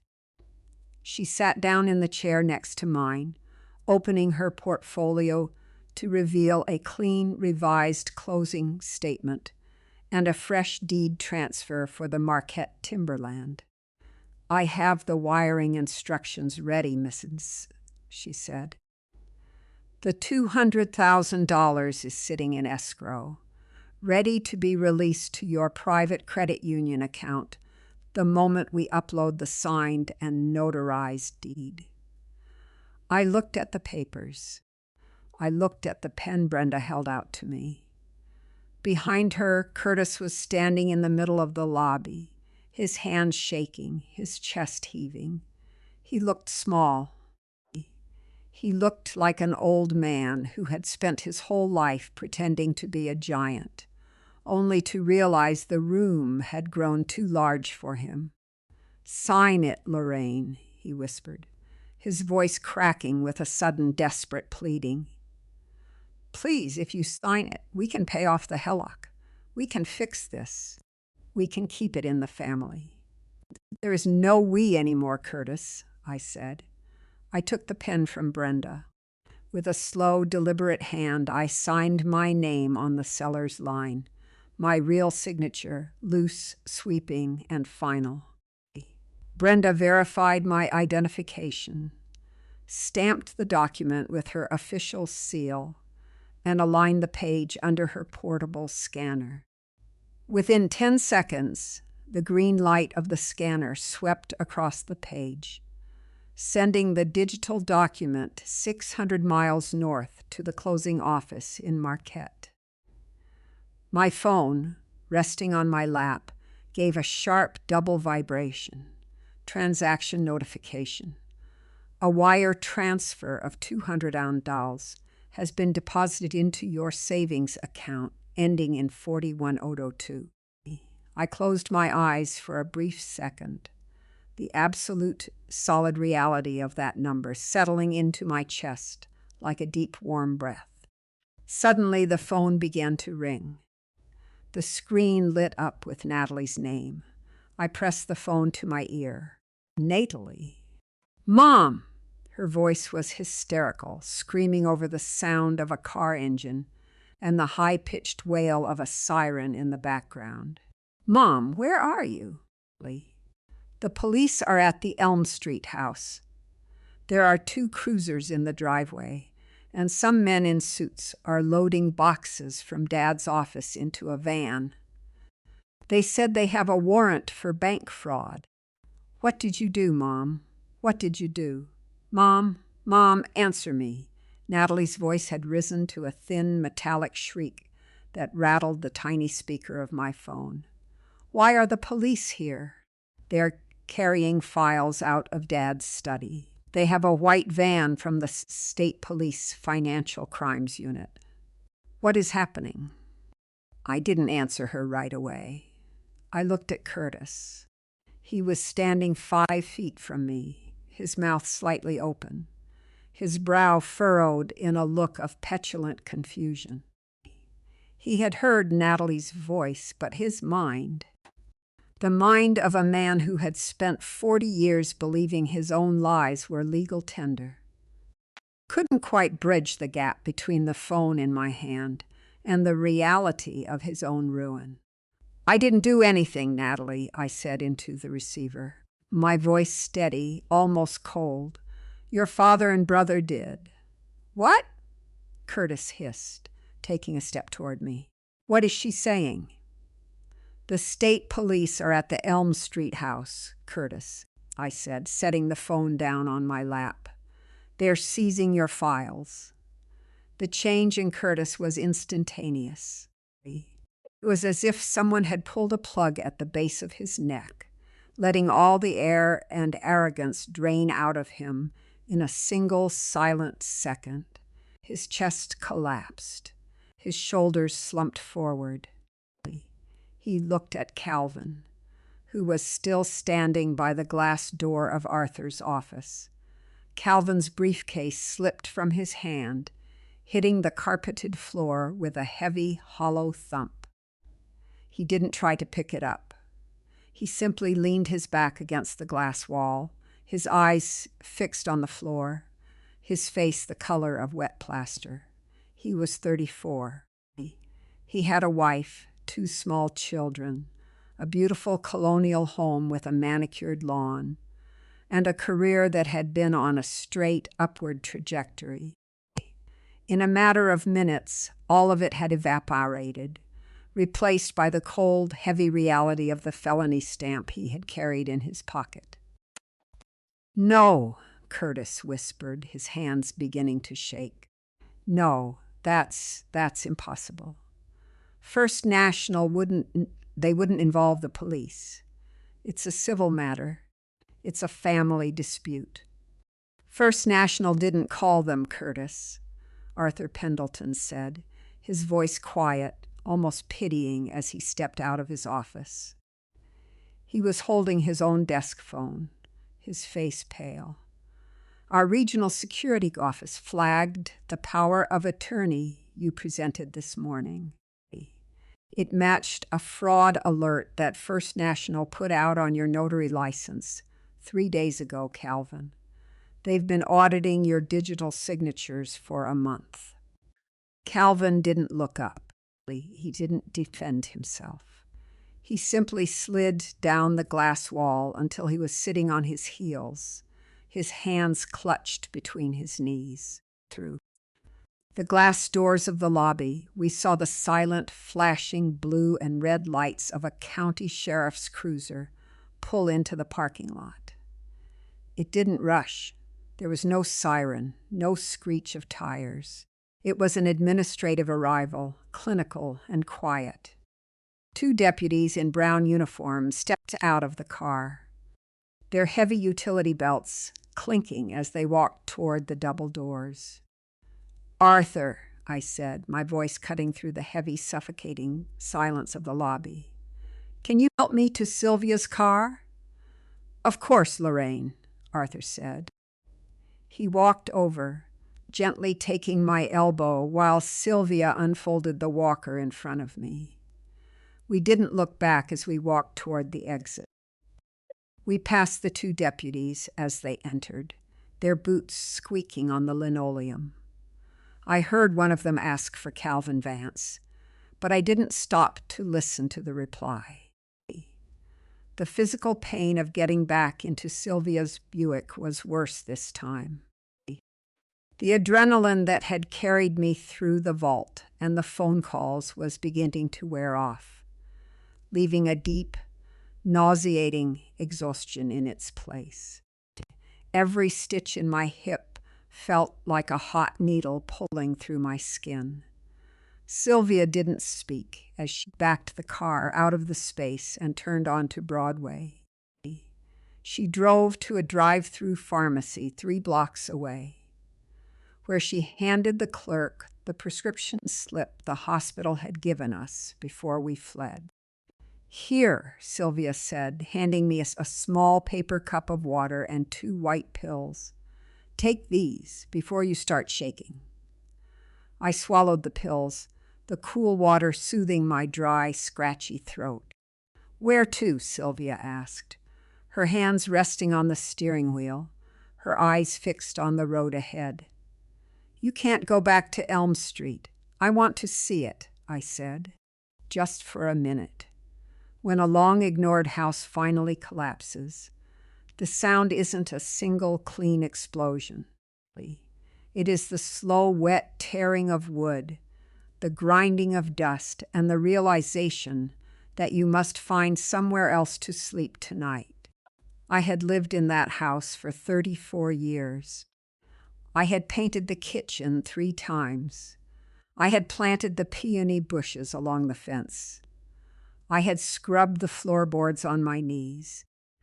It was the stage where my entire adult life had been performed, and I wanted to see the curtain fall. Sylvia drove slowly, turning onto Elm Street from the back entrance of the neighborhood to avoid the main police cruisers. She parked near the corner, 3 houses down, beneath the heavy shade of a mature maple tree, whose leaves had turned a deep blood red. From the passenger seat, I watched the scene. There were 2 state police cruisers parked in our driveway, their blue lights painting the white siding of our house in rhythmic, pulsing strokes. A plain white van was parked near the garage, its rear doors open. 2 men in dark windbreakers were carrying cardboard storage boxes down the front steps. Boxes filled with Curtis' neat, labeled files, the tax returns, the bank statements, the ledger books he had used to track my life. Natalie was sitting on the curb near the mailbox, her face buried in her hands, her shoulders shaking. She looked small, her designer clothes and expensive haircut offering no protection against the cold public reality of her family's shame. But as I watched, my phone buzzed in my hand. It wasn't a call. It was an email notification forwarded to my private account from the digital folder I had set up when I first began planning my departure. It was a copy of a real estate listing from an agency in Scottsdale, Arizona. Listing status: pending. Buyer: Curtis Vance and Amber Higgins. I stared at the name on the screen, Amber Higgins. She was 28. She was the junior escrow officer at the title company Curtis had used for his failed real estate ventures. I had met her once 2 years ago, when she had come to the house to have Curtis sign some documents. She had been polite, wearing a gold necklace with a small, delicate leaf pendant, and she had looked at Curtis with a quiet, deferential respect that he had likely starved for at home. The $180,000 HELOC hadn't gone into a failed real estate trust.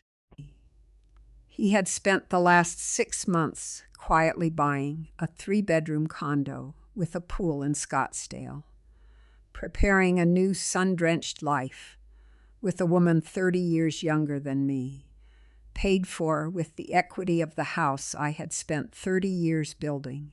I leaned my head back against the headrest, a slow, quiet laugh escaping my dry lips. It was a cold, hollow sound that made Sylvia turn to look at me with a deep, silent concern. "Lorraine?"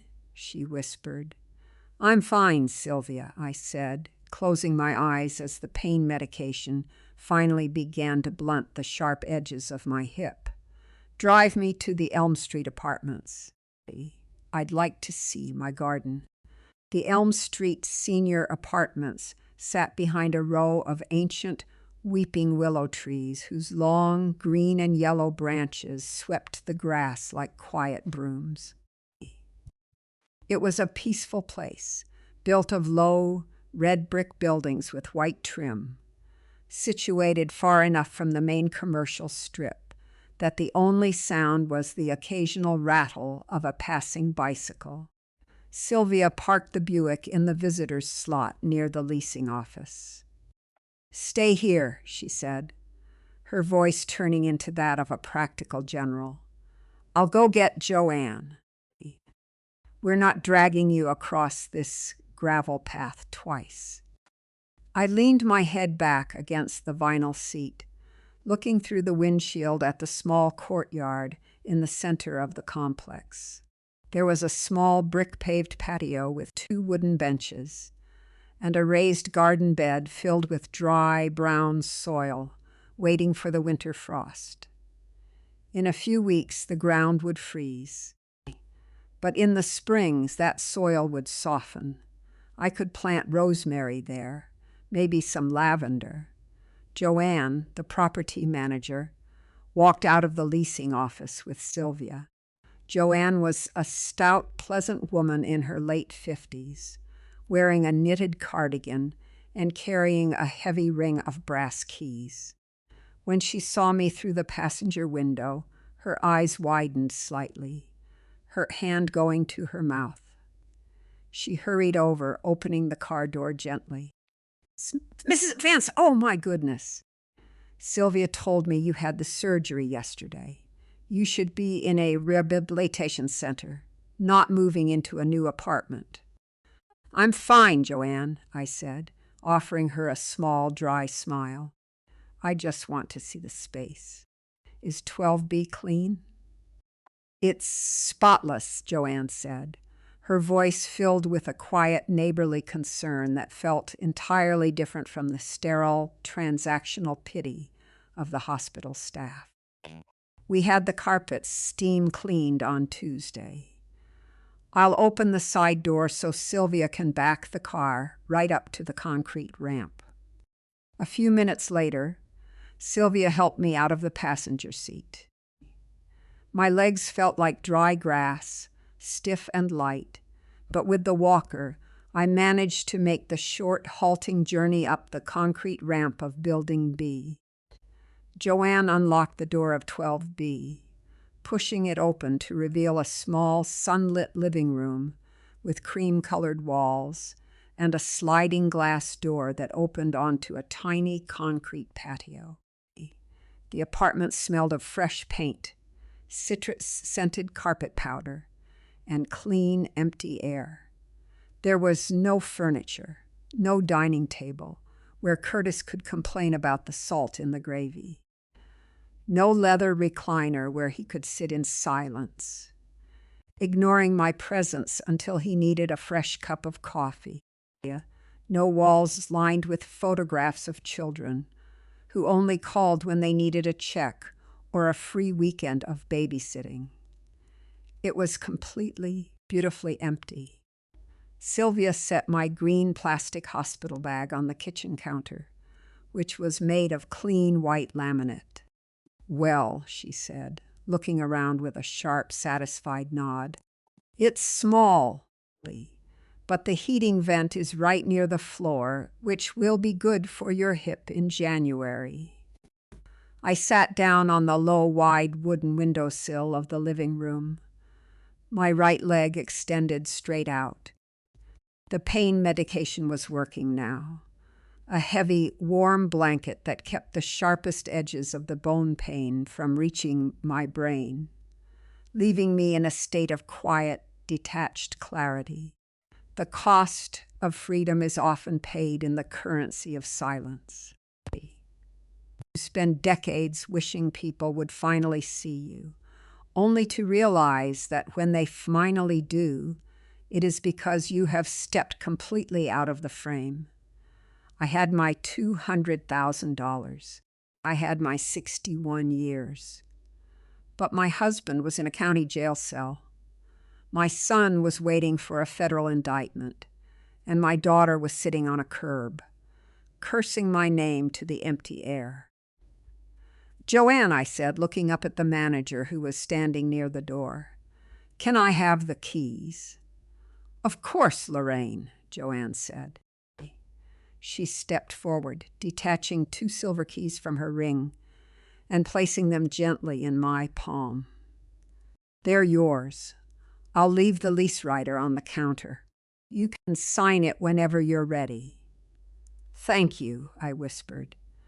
Joanne gave my shoulder a quick, hesitant squeeze and left, closing the door softly behind her. Sylvia sat down on the floor next to my windowsill, her legs crossed, her turquoise fleece jacket bright against the cream carpet. She reached into her purse, pulled out a small pack of peppermint gum, and offered me a piece. "We need to get you some furniture," she said, chewing thoughtfully. "A bed first. A good firm mattress for that hip. I have an extra drop leaf table in my basement we can use for the kitchen." "That sounds nice, Sylvia," I said. Before she could reply, the quiet hum of the apartment was broken by 3 sharp, rhythmic knocks on the front door. Sylvia's chewing stopped.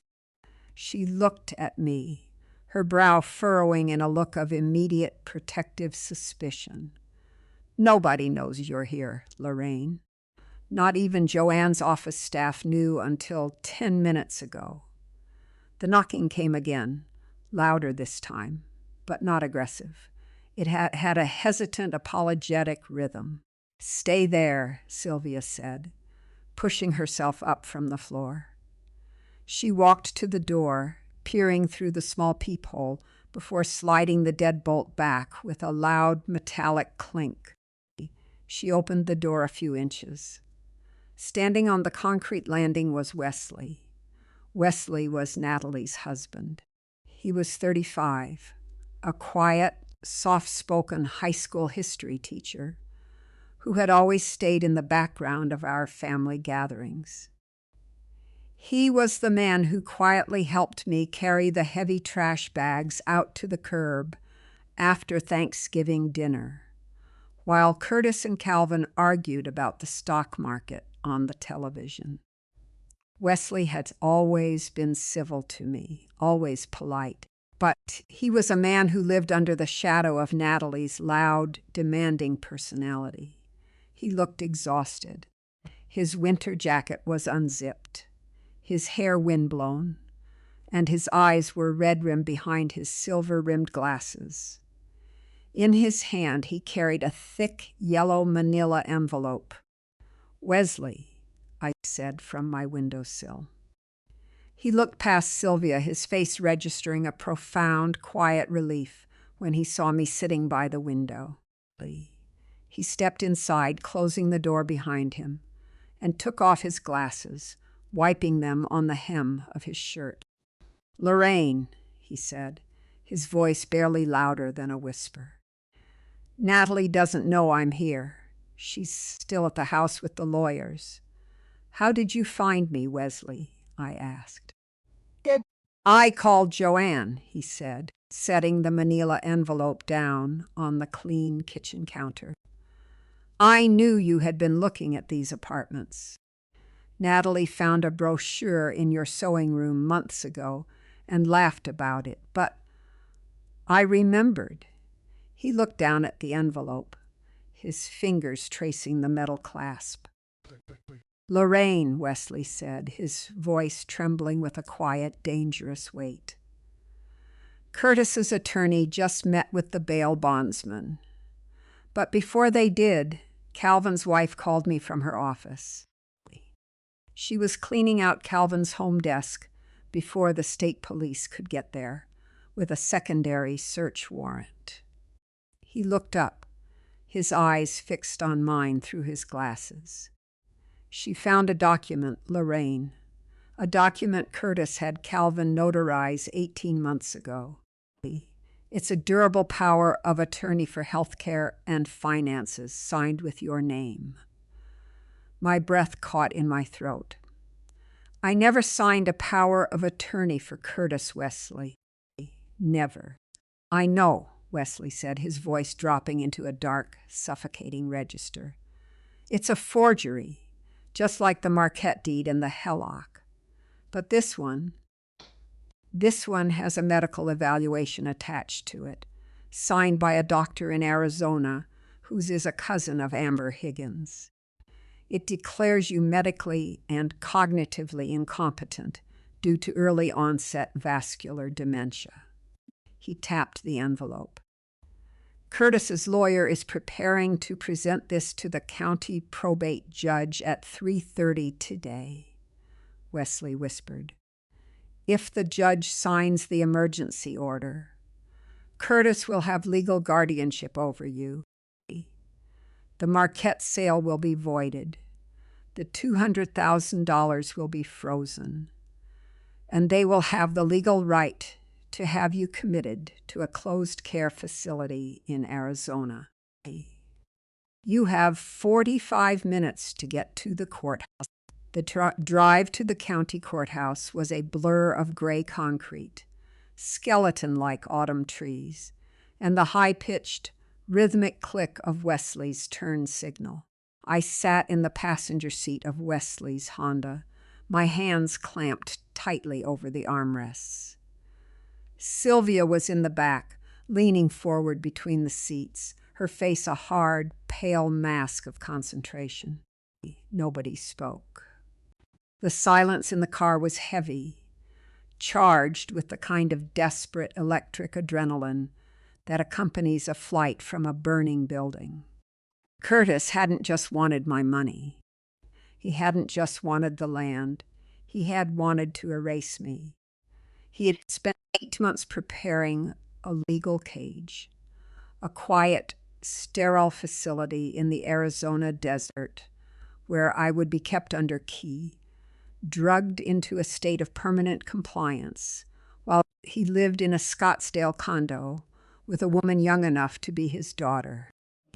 And the lock on that cage was to be turned by Calvin, the son whose scraped knees I had bandaged, the son whose college tuition I had quietly paid with 15 years of midnight sewing alterations.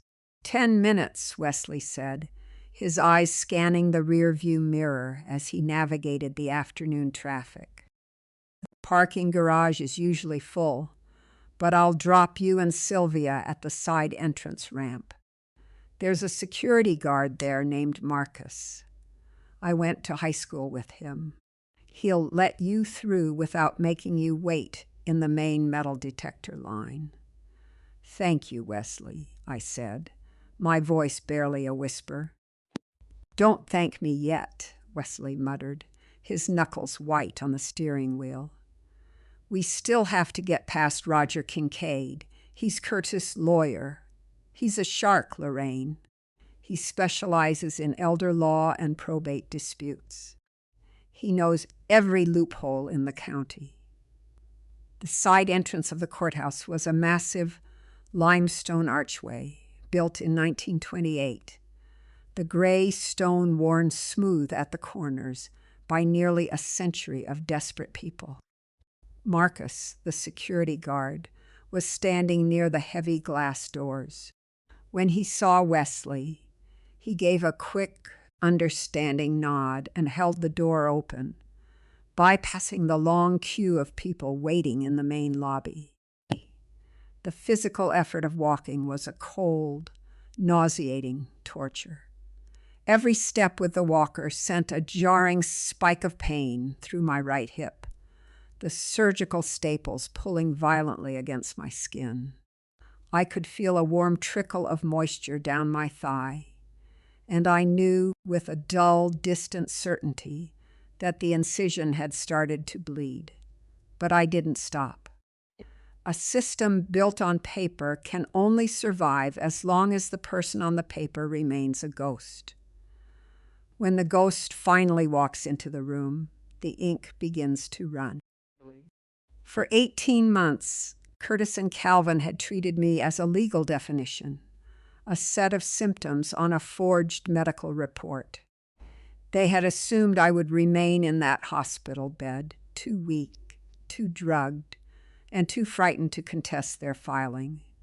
We reached room 302, the probate courtroom, at exactly 3:25 p.m. The heavy oak doors of the courtroom were thick, their brass handles cold. Wesley pushed them open, and we slipped inside, our entrance marked only by the soft, rhythmic clack-click of my walker on the polished marble floor. The courtroom was quiet, smelling of leather, old books, and furniture polish. At the bench sat Judge Judith Harris, a sharp, elegant woman in her late 60s with iron gray hair pulled back in a neat bun. Below her, at the petitioner's table, stood Roger Kincaid. He was a tall, thin man in a bespoke Navy suit, his silver hair perfectly coiffed. He was holding a stack of yellow and pink carbon copies, the forged power of attorney, and the Arizona medical evaluation. Curtis wasn't there. He was still in the holding cell at the sheriff's department, waiting for his bail hearing. But Kincaid was acting on his behalf, desperate to secure the emergency guardianship that would allow him to access my credit union account and post the $25,000 cash bond. Your Honor, Kincaid was saying, his voice a smooth, practiced baritone that carried an air of profound professional concern. This is an extremely urgent situation. The ward, Lorraine Vance, has suffered a severe cognitive decline over the past year.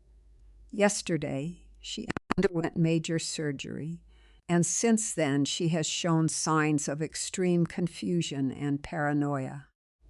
She has fled the hospital against medical advice, and we have reason to believe she is currently being exploited by third parties who are attempting to liquidate her remaining assets.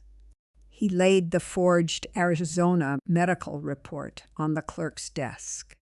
We are asking for an immediate emergency temporary guardianship to protect Mrs. Vance from herself, Kincaid said, to secure her funds and ensure she is returned to a safe clinical environment. Judge Harris adjusted her reading glasses, her eyes scanning the document. And the husband, Curtis Vance, is the designated guardian. Yes, Your Honor, along with the co-petitioner. I took a slow, agonizing step forward, the walker scraping loudly against the wooden gate of the spectator gallery. I object, Your Honor, I said.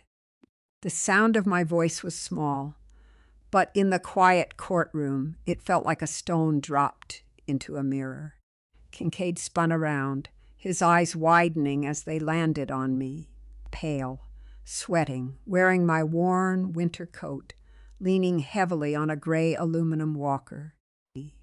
He looked at Wesley, then at Sylvia, his smooth professional composure fracturing for a brief second before he quickly smoothed it over.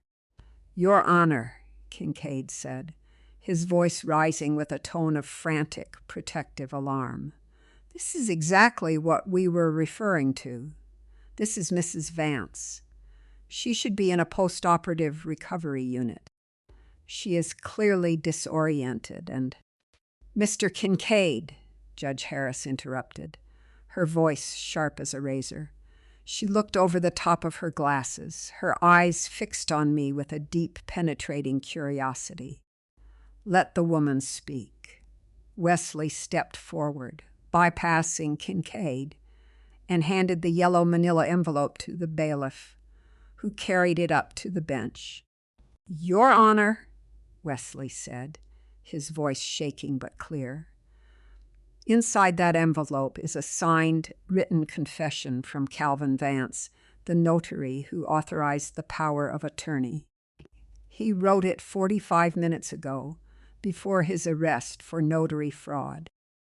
He admits that the power of attorney is a forgery, and that the medical evaluation from the doctor in Arizona was manufactured in exchange for a $5,000 payment from Curtis Vance's mistress, Amber Higgins. Kincaid's face went completely white. He looked at the envelope in the judge's hand as if it were a live grenade. Judge Harris opened the envelope.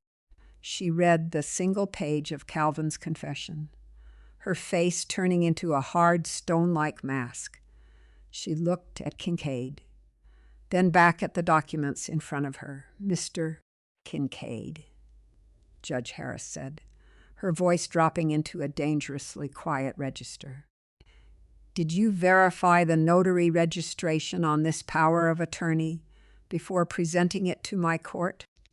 "Your Honor," Kincaid stammered, his smooth voice cracking. "My client assured me that the documents were." "Because if you didn't," Judge Harris said, "you have just presented a fraudulent document to a county court, which is a disbarment offense." She turned her eyes to me, her expression softening into a quiet, respectful gravity. "Mrs. Vance," Judge Harris said, "the confession from your son is compelling. However, I have a procedural issue. Even if I strike your husband from this petition due to his pending criminal charges, there is a second petitioner listed on this emergency guardianship file. Someone who is not in custody. Someone who has signed this petition declaring you cognitively unfit." She looked down at the bottom of the pink intake form. "Your daughter," Judge Harris whispered. "Natalie Vance Miller."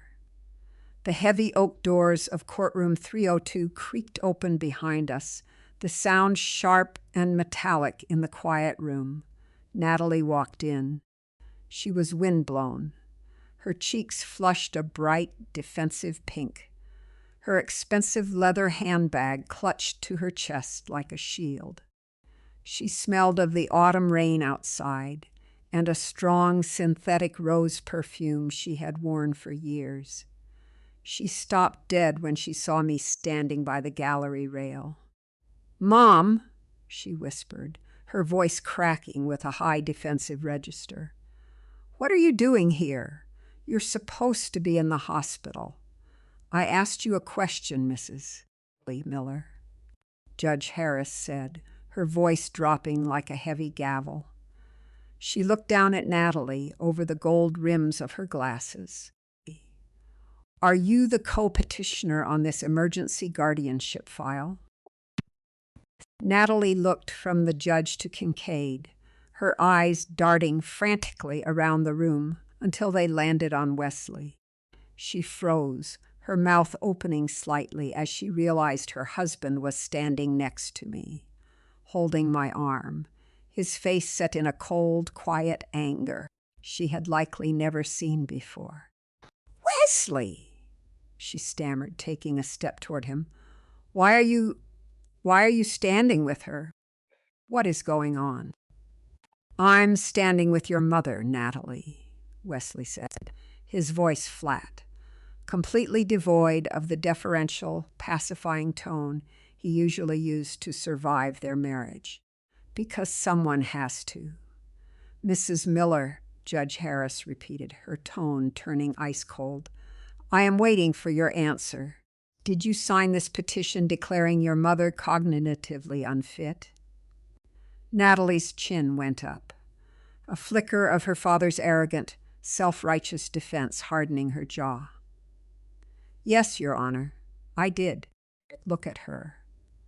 She underwent a major joint replacement yesterday. Instead of recovering, she's running around the county with her friend, hiding family money in secret accounts, and refusing to speak to her husband. She's acting completely manic. I did it to protect her.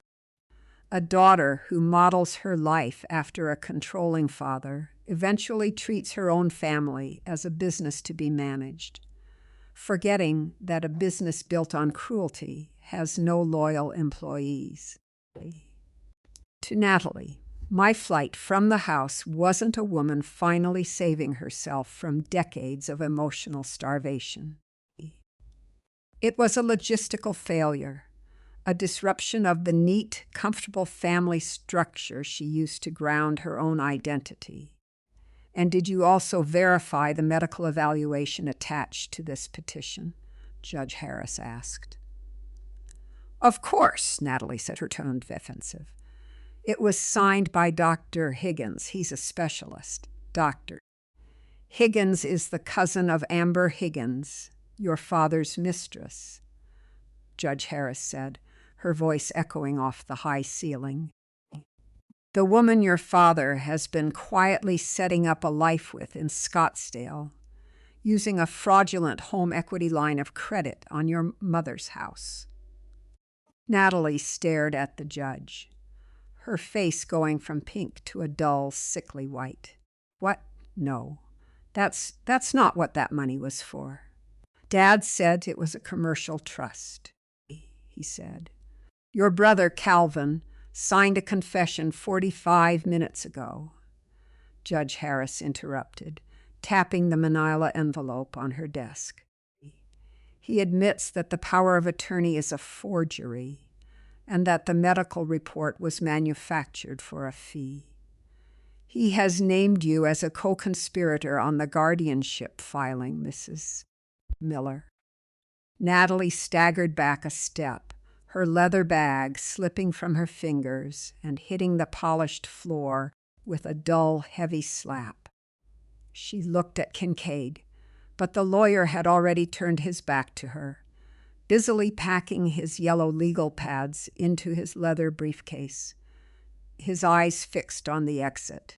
Roger? Natalie whispered, her voice turning into a thin, childlike squeak. Roger, help me. Your Honor, Kincaid said, his voice smooth and entirely detached as he snapped his briefcase shut. In light of these new developments, my firm is formally withdrawing our representation of the petitioner, Curtis Vance, and the co-petitioner, Natalie Miller. We were presented with documents we believed to be authentic. We have been misled. You certainly have, Mr. Kincaid, Judge Harris said. And you will explain exactly how you were misled to the State Bar Association next week. You are dismissed. Kincaid gave a quick, shallow bow and practically ran out of the courtroom, the heavy oak doors swinging shut behind him. Natalie stood in the center of the aisle, her chest heaving under her coat. She looked at Wesley, her eyes wide with a cold, terrifying panic. Wesley, please, you have to tell them. I didn't know about Amber. I swear, I didn't know.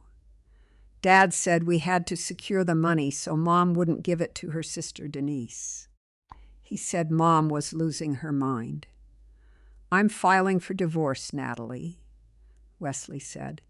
The words were very quiet, but they seemed to drain the remaining air from the room. Natalie stared at him, her mouth moving but no sound coming out. I'm moving out tonight, Wesley continued, his voice steady, carrying the weight of years of quiet, accumulated exhaustion. I've spent 10 years watching you treat your mother like an unpaid servant. And I've spent 10 years pretending I didn't see the way you and your father spoke to her. I won't let my children grow up thinking that's how you treat the people who love you. Wesley, no, Natalie sobbed, reaching out for his jacket. You can't do this. Not now. The kids. The kids will be fine, Natalie, he said, stepping back from her grip. They'll have a mother who has to finally learn what the truth sounds like. Judge Harris picked up her heavy wooden gavel, striking the sound block once. Crack. The petition for emergency temporary guardianship is denied with prejudice, Judge Harris said. This court finds no evidence of cognitive decline in the ward, Lorraine Vance. I am forwarding these files, along with Calvin Vance's confession, to the county prosecutor's office for immediate review. She looked at me, her eyes softening into a quiet, respectful gravity. "Mrs. Vance," she said, "you are free to go. Please, go back to the hospital. You've had a very long day." "Thank you, Your Honor," I whispered. Sylvia held my waist as I slowly turned the walker around, my right hip throbbing with a deep, nauseating fire.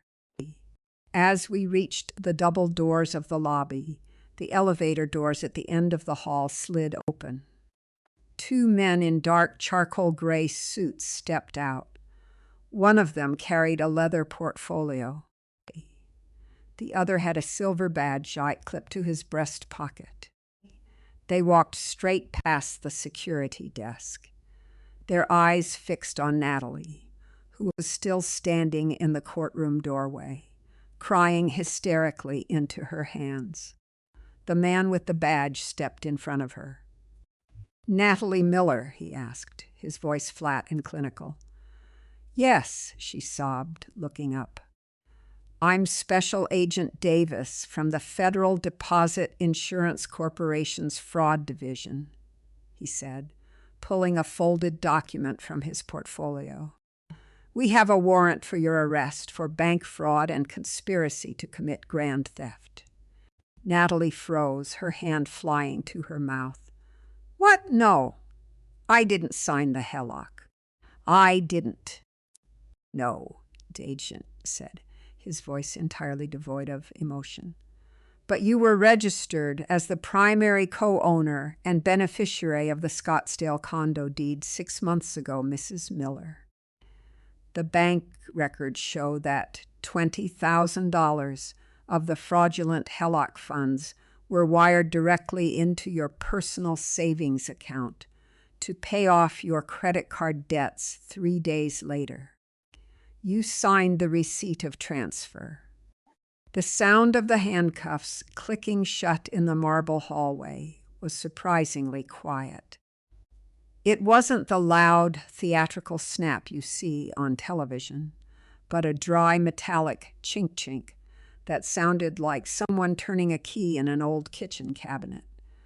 Natalie didn't scream. Her body seemed to collapse inward, her knees buckling so quickly that the second federal agent had to catch her elbow to keep her from hitting the polished floor. Her designer handbag fell to the ground, its contents: lipstick, a leather checkbook, a pack of wet wipes, and a small plush toy her youngest son had given her, spilling across the seal of the county court. "Wesley!" she gasped, her eyes wide, wild, and swimming with a frantic, desperate terror. "Wesley, tell them! I didn't know it was fraudulent. Dad told me it was an advance on my inheritance. He said he was just transferring the funds. Wesley, please." Wesley stood 5 feet away, his arms hanging limply at his sides. He looked at his wife, the woman he had spent 10 years trying to please, the woman whose sharp, demanding voice had ruled his home, and his face registered only a deep, silent hollow. "You knew, Natalie," Wesley said quietly. "You knew because you didn't ask where $20,000 came from. You just paid off the Nordstrom card and bought the new patio furniture." "Mom!" Natalie's head whipped toward me as the agents began guiding her toward the service elevator. "Mom, please, tell them!" "You gave Dad permission. You always said you wanted me to have that money." "Mom, I didn't stop." I kept my hands firmly on the gray foam grips of the walker, my eyes fixed on the silver elevator doors at the end of the hall. Each step was an exercise in pure white-hot agony, the warm moisture on my right thigh spreading down my slacks, but I didn't look back. When you spend a lifetime absorbing other people's choices, you eventually realize that mercy is not a virtue if it only serves to keep your executioners in business. For 40 years, I had been the shock absorber for this family's greed, taking the impact of their anger, their selfishness, and their lies so they could continue to run smoothly. If I stopped Natalie's arrest now, if I lied to protect her, she would walk out of this courthouse and immediately begin rebuilding the cage she had spent 18 months helping her father construct for me. She would never learn to see me as a human being. She would only see me as a utility that had temporarily malfunctioned. The elevator doors slid open with a soft electronic chime.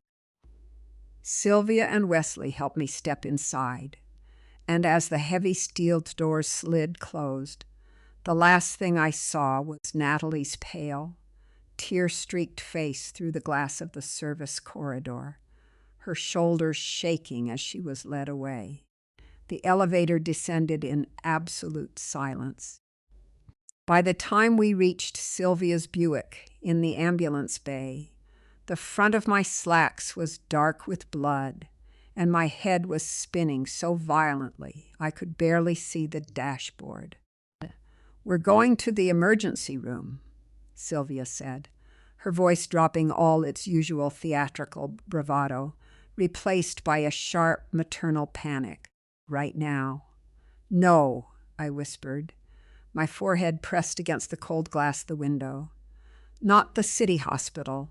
They'll notify Natalie's lawyers. Take me to the community clinic on West Hill. Dr. Sterling is there." Dr. Sterling was a retired orthopedic surgeon who worked 3 days a week at the community outreach clinic. He had known my mother, and he had been the one who originally told me, 3 years ago, that my hip was decaying.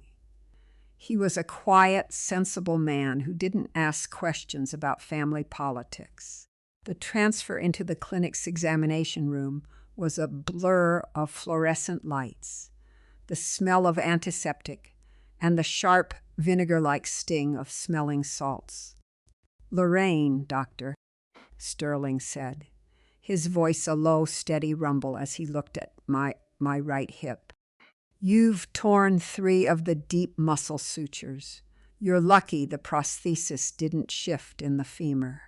What on earth were you doing?" "I was walking," I said, my teeth chattering as the nurse draped a warm, sterile sheet over my chest. "Well, you're not walking for the next 48 hours, he said, reaching for a curved needle and a spool of black nylon thread. "I'm going to put 6 stay stitches in this skin, and you're going to sit in a private observation room until Friday. If I see you on your feet before then, I'm calling the sheriff myself to have you chained to the bed." "I'll watch her, doctor," Sylvia said from the corner of the room, her silver hair slightly disheveled, her eyes tired but fierce. "I'll sit on her if I have to." By 6 o'clock, I was lying in a quiet 2-bed observation room at the back of the clinic. The other bed was empty, its privacy curtain pulled back to reveal a window that looked out over a small, quiet grove of pine trees. The IV drip in my left hand was cold, but the pain medication was finally working. A heavy velvet fog settling over my brain, turning the sharp edges of the day into a distant gray memory. Wesley had left an hour ago to pick up his children from school, his face carrying the heavy, silent burden of a man who had to explain to a 6-year-old and an 8-year-old why their mother wasn't coming home. Sylvia was sitting in the vinyl chair by the window, flipping through an old gardening magazine in the dim light of the bedside lamp. My phone, resting on the small plastic overbed table, gave a quiet double vibration. I reached for it with a trembling hand, expecting another notification from the credit union or an email from Kincaid's office. Instead, there was a single long text message from an unknown number with an Arizona area code. I opened it. "Mrs. Vance," the message read. "This is Amber Higgins. I know you hate me, and I don't blame you, but you need to know the truth. Curtis didn't plan the Marquette subdivision sale alone. He didn't have the legal mind for it. He had a silent partner, someone who has been quietly buying up the neighboring parcels through a shell company called Marquette Development, LLC. That partner was the one who drafted the forged power of attorney and convinced Curtis to use Calvin's notary stamp. I stared at the screen, my breath catching in my throat. "Check the registration for the LLC. Mrs. Vance," the message concluded. "It's filed under Arthur Pendleton's wife's maiden name." Arthur was the one who was going to buy the Marquette land from Curtis for $50,000 below market value, then flip it to the developer for a $500,000 profit. He's the one who has your original signature card from the credit union. I read Amber's text twice, the small glowing screen of my phone casting a cold blue light over my face. The pieces of the puzzle, which had felt jagged and mismatched for weeks, suddenly slid together with a terrifying, greasy ease. Arthur Pendleton wasn't a nervous bystander caught in the middle of a domestic squabble. He was the architect. He had played the part of the local Rotary Club president, the polite Sunday school treasurer, and the helpful family banker to perfection. He had sat in his cherrywood office, listening to Curtis complain about our finances, and he had seen a perfect low-risk opportunity. He knew the value of the Marquette timberland because his wife's family owned the neighboring logging parcels. He knew I had the deed in Box 304 because he managed the vault logs. He had fed Curtis the idea of the sale, drafted the forged power of attorney, and instructed Calvin to use his notary stamp. Also his shell company, Marquette Development, LLC, could buy the land cheap, flip it to the developer, and split a $500,000 profit with Curtis, leaving me with nothing but a forged dementia diagnosis and a one-way ticket to a state-regulated care home. "Sylvia," I said, my voice barely a whisper. "Look at this." I handed her the phone. Sylvia took her reading glasses from the pocket of her fleece jacket, her eyes scanning the screen. As she read, the color drained from her cheeks, her lips tightening into a thin, pale line. "That miserable, paper-pushing little parasite," she hissed, her fingers gripping the edge of my hospital tray. "He always wore those three-piece suits in the dead of July. I knew there was a reason he looked like a funeral director. He was trying to bury you, Lorraine." "The wire transfer," I said, a sudden, cold panic clawing at my chest. "Sylvia, if Arthur has my original signature card, and if he's still at the bank." "He has administrative access," Sylvia said, her eyes widening as she realized the danger. "He can override holds. He can reverse transfers." I grabbed my phone, my fingers trembling as I opened the credit union's mobile banking application. I logged into my private account, the savings account ending in 41002, where the $200,000 had been deposited just 2 hours ago. The screen loaded, the circular loading icon spinning with agonizing slowness. When the balance appeared, my breath caught in my throat. Current balance. 200,000, but directly beneath it, highlighted in a flashing, high-priority orange box, was a pending transaction. Pending outgoing wire transfer, 195,000 recipient.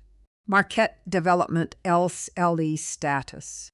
Scheduled for batch processing, 6:45 p.m. I looked at the digital clock on the wall of my hospital room. It was 6:32 p.m. We had 13 minutes. He's clawing it back, I gasped, my chest tightening so hard I could barely draw air. He's routing it through his LLC's account. He's claiming the transaction was fraudulent and reversing the escrow. Call the fraud department, Sylvia said, grabbing the landline phone on the bedside table and shoving the receiver into my hand. Not the branch. Call the National Compliance Hotline on the back of your card. I dialed the toll-free number, my heart hammering against my ribs like a trapped bird. The line rang twice before a recorded voice came on, flat and mechanical, listing a menu of options. I pressed the button for emergency account suspension, my eyes fixed on the clock. 6:34 p.m. Credit Union Security and Fraud Prevention. This is Agent Miller. State your account number, please. My name is Lorraine Vance, I croaked, my throat dry as paper. Account ending in 4102. There is a pending outgoing wire transfer for $195,000. It is fraudulent. It was initiated by the branch manager, Arthur Pendleton, using administrative override. One moment, Mrs. Vance, the agent said, her voice turning instantly professional and cold. I am pulling up the account logs. I see the pending transfer. It is scheduled for the 6:45 p.m. batch. Stop it, I begged. Please. Stop the transfer. To stop an administrative override, Mrs. Vance, I need to verify your identity. I am going to ask you 3 security questions. First, what was the name of your first pet? Buster, I said, my voice shaking. A beagle. Correct. Second, what was the street name of your childhood home? Maplewood Drive, I said. 612 Maplewood. Curd. What was the date of your mother's estate closure? I froze. My mother's estate had been closed 30 years ago, in the middle of a chaotic probate dispute with my cousins. I don't remember the exact date. It was in May. May of 1995, or June. I don't. I need the exact date, Mrs. Vance, to bypass an administrative override, the agent said, her tone flat and unyielding. Without it, the system will not allow me to freeze a pending wire from a branch manager's terminal. The men who rule small towns in 3-piece suits do not build empires. They build networks of quiet theft, relying on the politeness of the community to keep anyone from counting the bills. Arthur Pendleton knew the exact date of my mother's estate closure because he had the probate files in his desk. He had chosen that specific security question because he knew I wouldn't remember it. 6:37, Sylvia whispered, her eyes fixed on the wall clock. Suddenly, the heavy wooden door of my private observation room swung open. The squeak of the rubber hinges was quiet, but it made both Sylvia and me freeze. Arthur Pendleton walked in. He was still wearing his gray 3-piece suit, but his tie was gone. His collar was unbuttoned and damp with sweat, and his silver hair was disheveled. He carried a heavy leather briefcase in one hand and a single manila folder in the other. He didn't look like the polished, professional bank manager who had sat behind a cherrywood desk this morning. He looked like an animal that had been run to the edge of a cliff. He closed the door behind him, his fingers sliding the manual deadbolt into place, with a slow, heavy click. "Lorraine," he said, his voice trembling as he stepped toward the bed. "We need to talk about that wire transfer." "Hang up the phone, Lorraine," Arthur Pendleton said. His voice was remarkably quiet, carrying the flat conversational tone of a man asking for the butter at a dinner table. But his hand, clutching the yellow manila folder, was shaking so violently the paper rustled like dry leaves. I kept the black plastic receiver pressed to my ear, my eyes fixed on his. "Mrs. Vance?" The security agent's voice crackled from the speaker, sounding thin and distant in the quiet room. "I'm still waiting for the exact date of your mother's estate closure. We have 3 minutes before the batch processing clears." Arthur took a step closer to the bed. His eyes moved from the phone in my hand to Sylvia, who was standing near the bedside table. "I'm not going to tell you again, Lorraine," Arthur whispered, his teeth clenching. "Hang it up. If that wire is frozen, the regional compliance office will audit my terminal before the bank opens tomorrow morning. I'll be ruined." "You are already ruined, Arthur," I said, my voice barely louder than his. He lunged forward, his arm reaching out to snatch the receiver from my fingers. But before his hand could touch the plastic, Sylvia stepped in. With a speed that defied her 72 years, she grabbed the heavy stainless steel water pitcher from my bedside table, raising it above her head like a club. Her silver hair, usually so perfectly coiffed, was wild around her face, and her eyes were bright with a fierce, ancient maternal rage. "You touch her, Arthur Pendleton," Sylvia roared, her voice echoing off the sterile tile walls, "and I'll split your skull like a dry melon. I've known your mother since 1968, and I'll have her at your trial in a front row seat." Arthur froze, his hand hovering in the air inches from my face. He looked at Sylvia, then at the heavy steel pitcher, and slowly took a step back, his face turning a dark mottled red. He realized he couldn't intimidate us. He realized he was standing in a community clinic, holding a folder of forged documents, being threatened by a retired schoolteacher with a water pitcher. He resorted to his final, desperate leverage. He threw the manila folder onto my lap, the pages spilling across my blanket. "Look at them, Lorraine. Look at the papers. That is the original loan application for the Hellock, signed 6 months ago. It has your signature on it. I have a handwriting analyst from Chicago on retainer. He will testify that the signature matches your credit union card. If I go down, Lorraine, I'm taking you with me. You'll be co-defendants with Curtis and Calvin. You'll spend your retirement in a state penitentiary, not an apartment." I looked down at the documents on my lap. The signature was there, written in a neat, sweeping cursive that looked identical to my own. But as I stared at the paper, my mind flashed back to a Tuesday afternoon 6 months ago. Curtis had brought home a stack of warranty cards for the new lawnmower, asking me to sign the bottom of 3 blank pages so he could register the parts online. I had signed them at the kitchen counter, not thinking twice about it, while the soup was boiling on the stove. They had used my blank signatures to print the loan application, and then a sudden warm memory broke through the cold fog of my panic. My mother, Irene.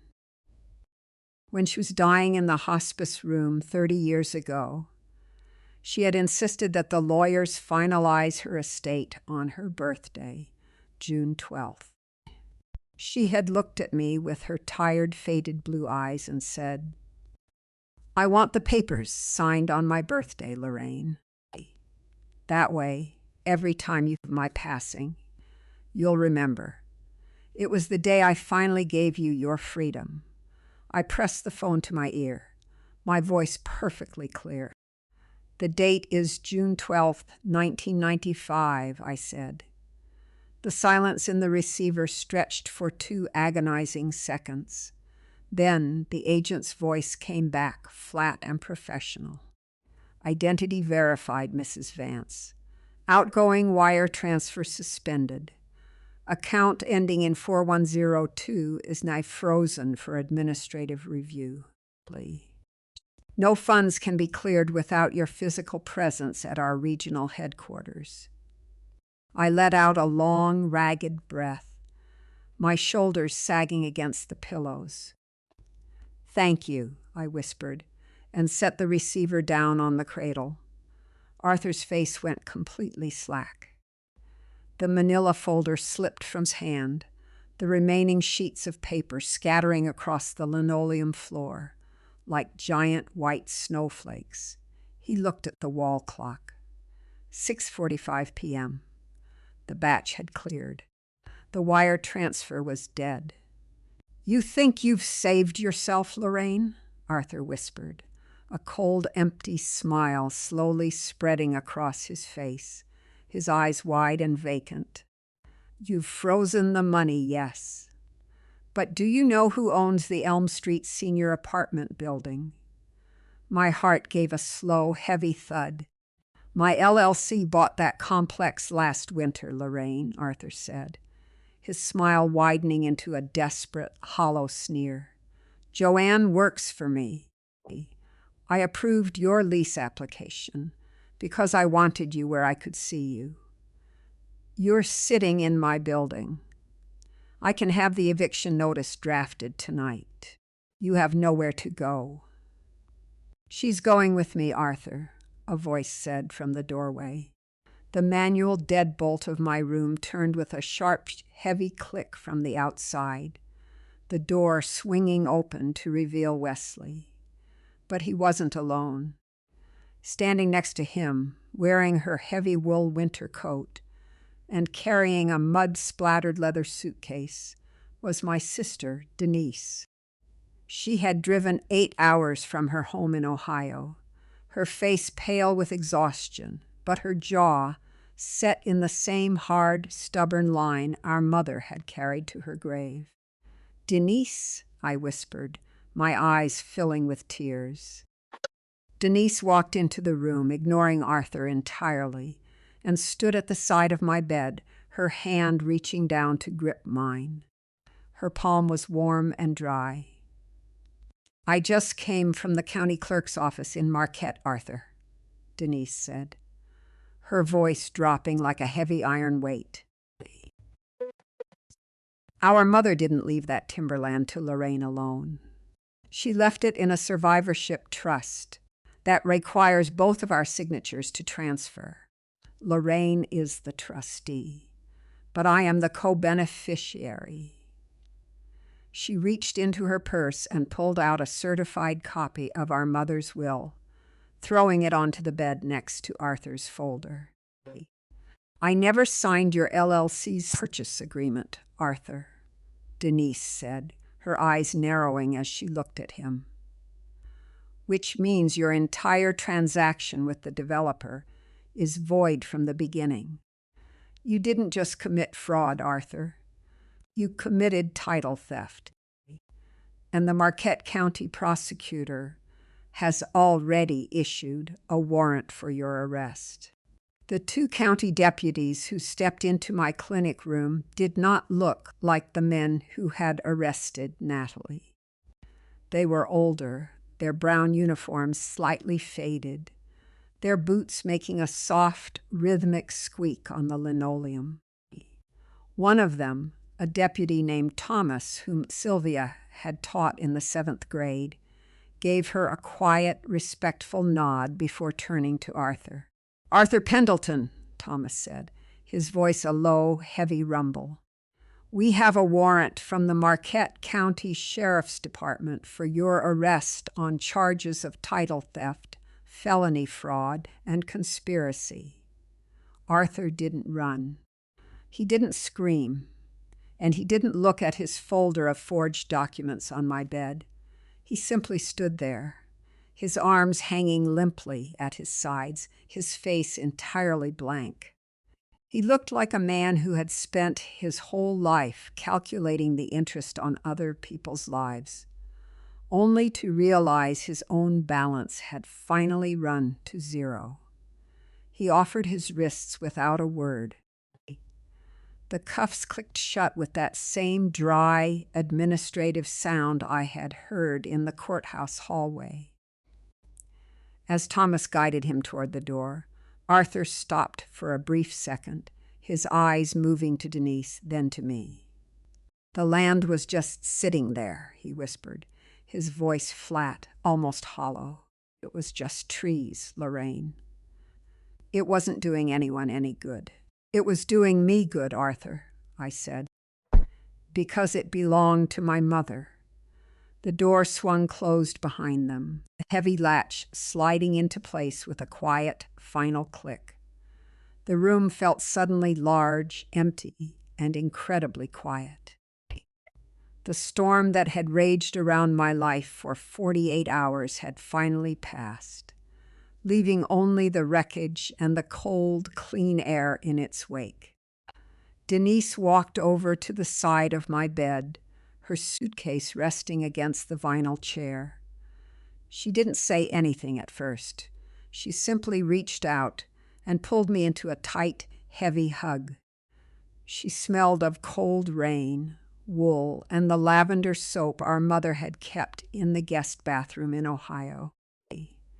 I buried my face in her shoulder, the tears I had held back through the surgery, through the bank lobby, and through the courtroom finally spilling over, soaking the front of her wool coat.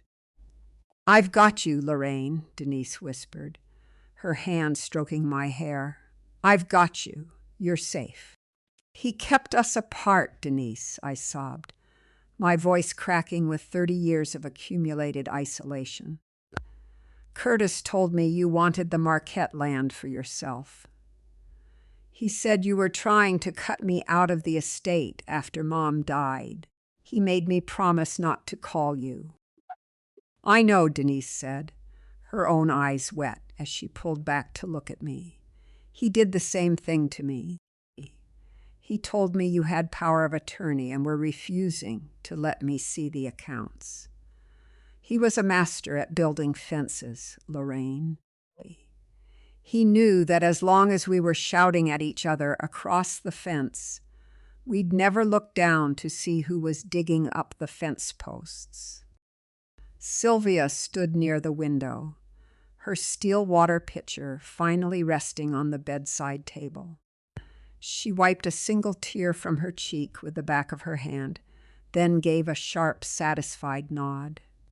"Well, that's that. The banker is in jail. The husband is in jail, and the daughter is in jail. I'd say we've done a decent day's work for 3 old women." Wesley sat down on the low windowsill, his glasses resting in his lap, looking older than his 35 years. He had stayed through the entire confrontation, a silent, steady anchor in a sea of family ruin. "The Marquette land is still yours, Lorraine," Wesley said quietly. "Denise didn't sign the transfer, which means the escrow wire will be returned to the developer's title company, and the deed remains in the survivorship trust. It's worth nearly $250,000 now.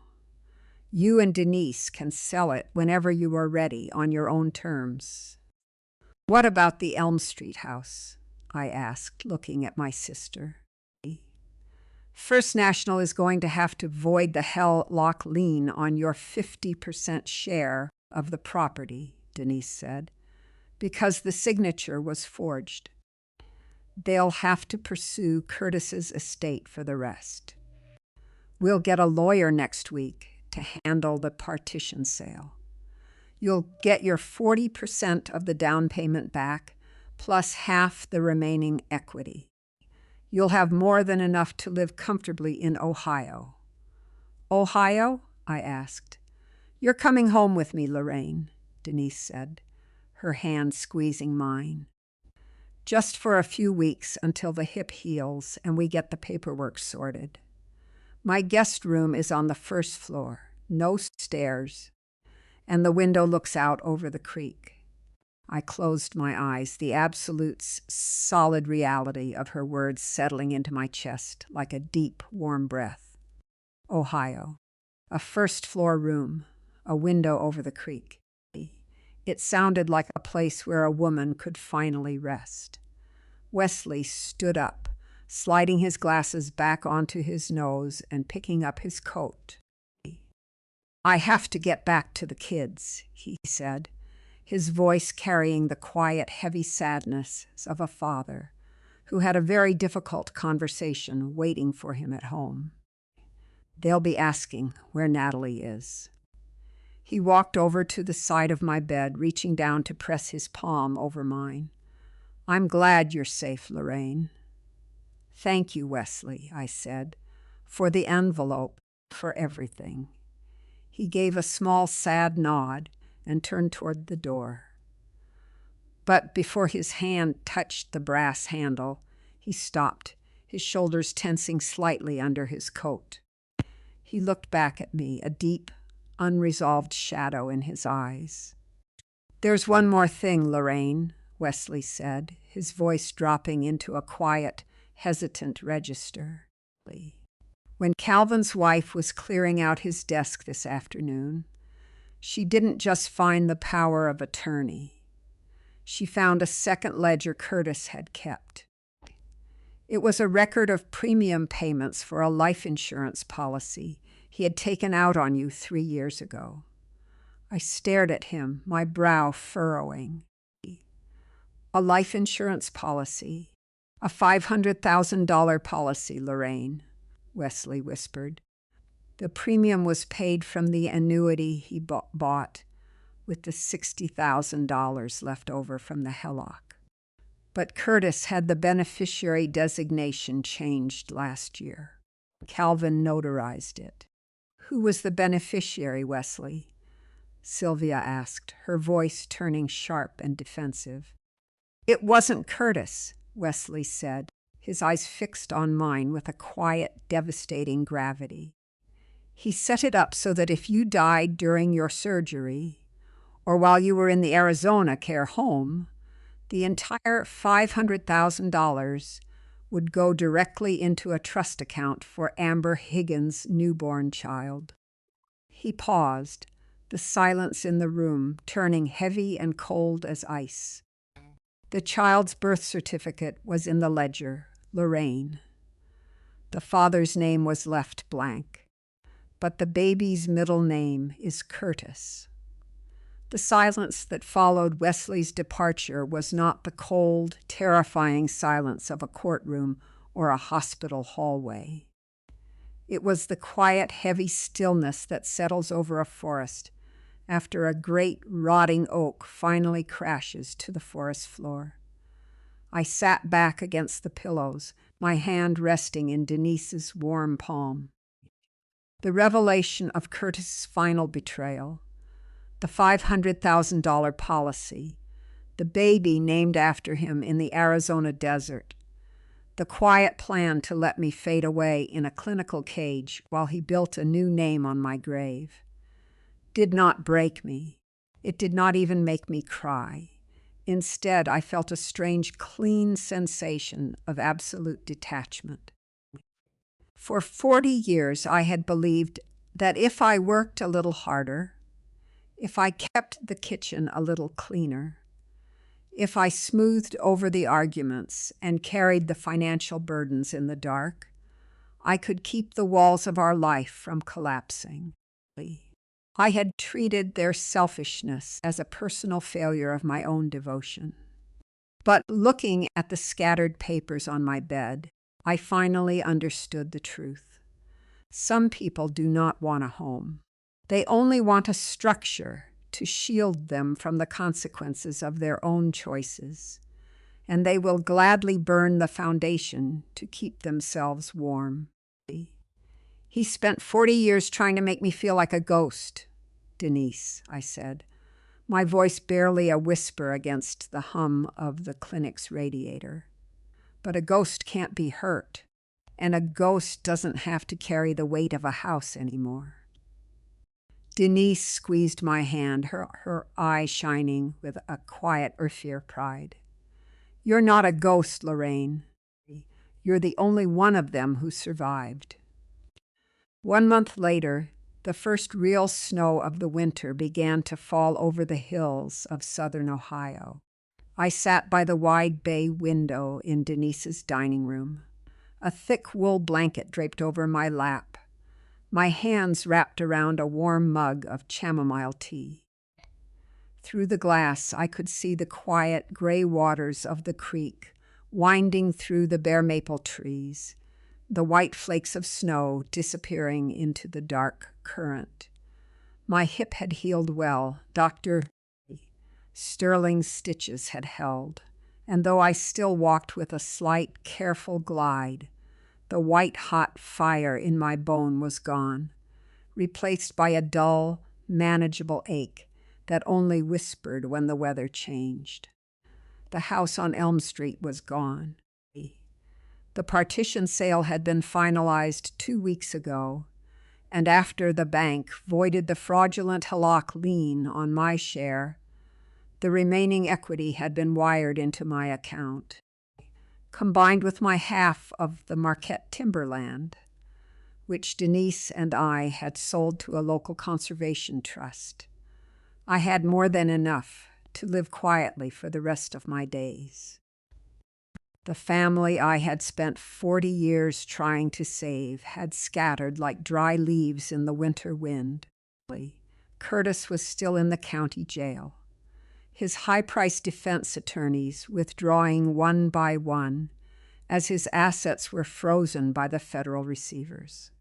Calvin had accepted a plea deal, his notary license revoked, his career over, his name quietly erased from the firm's directory.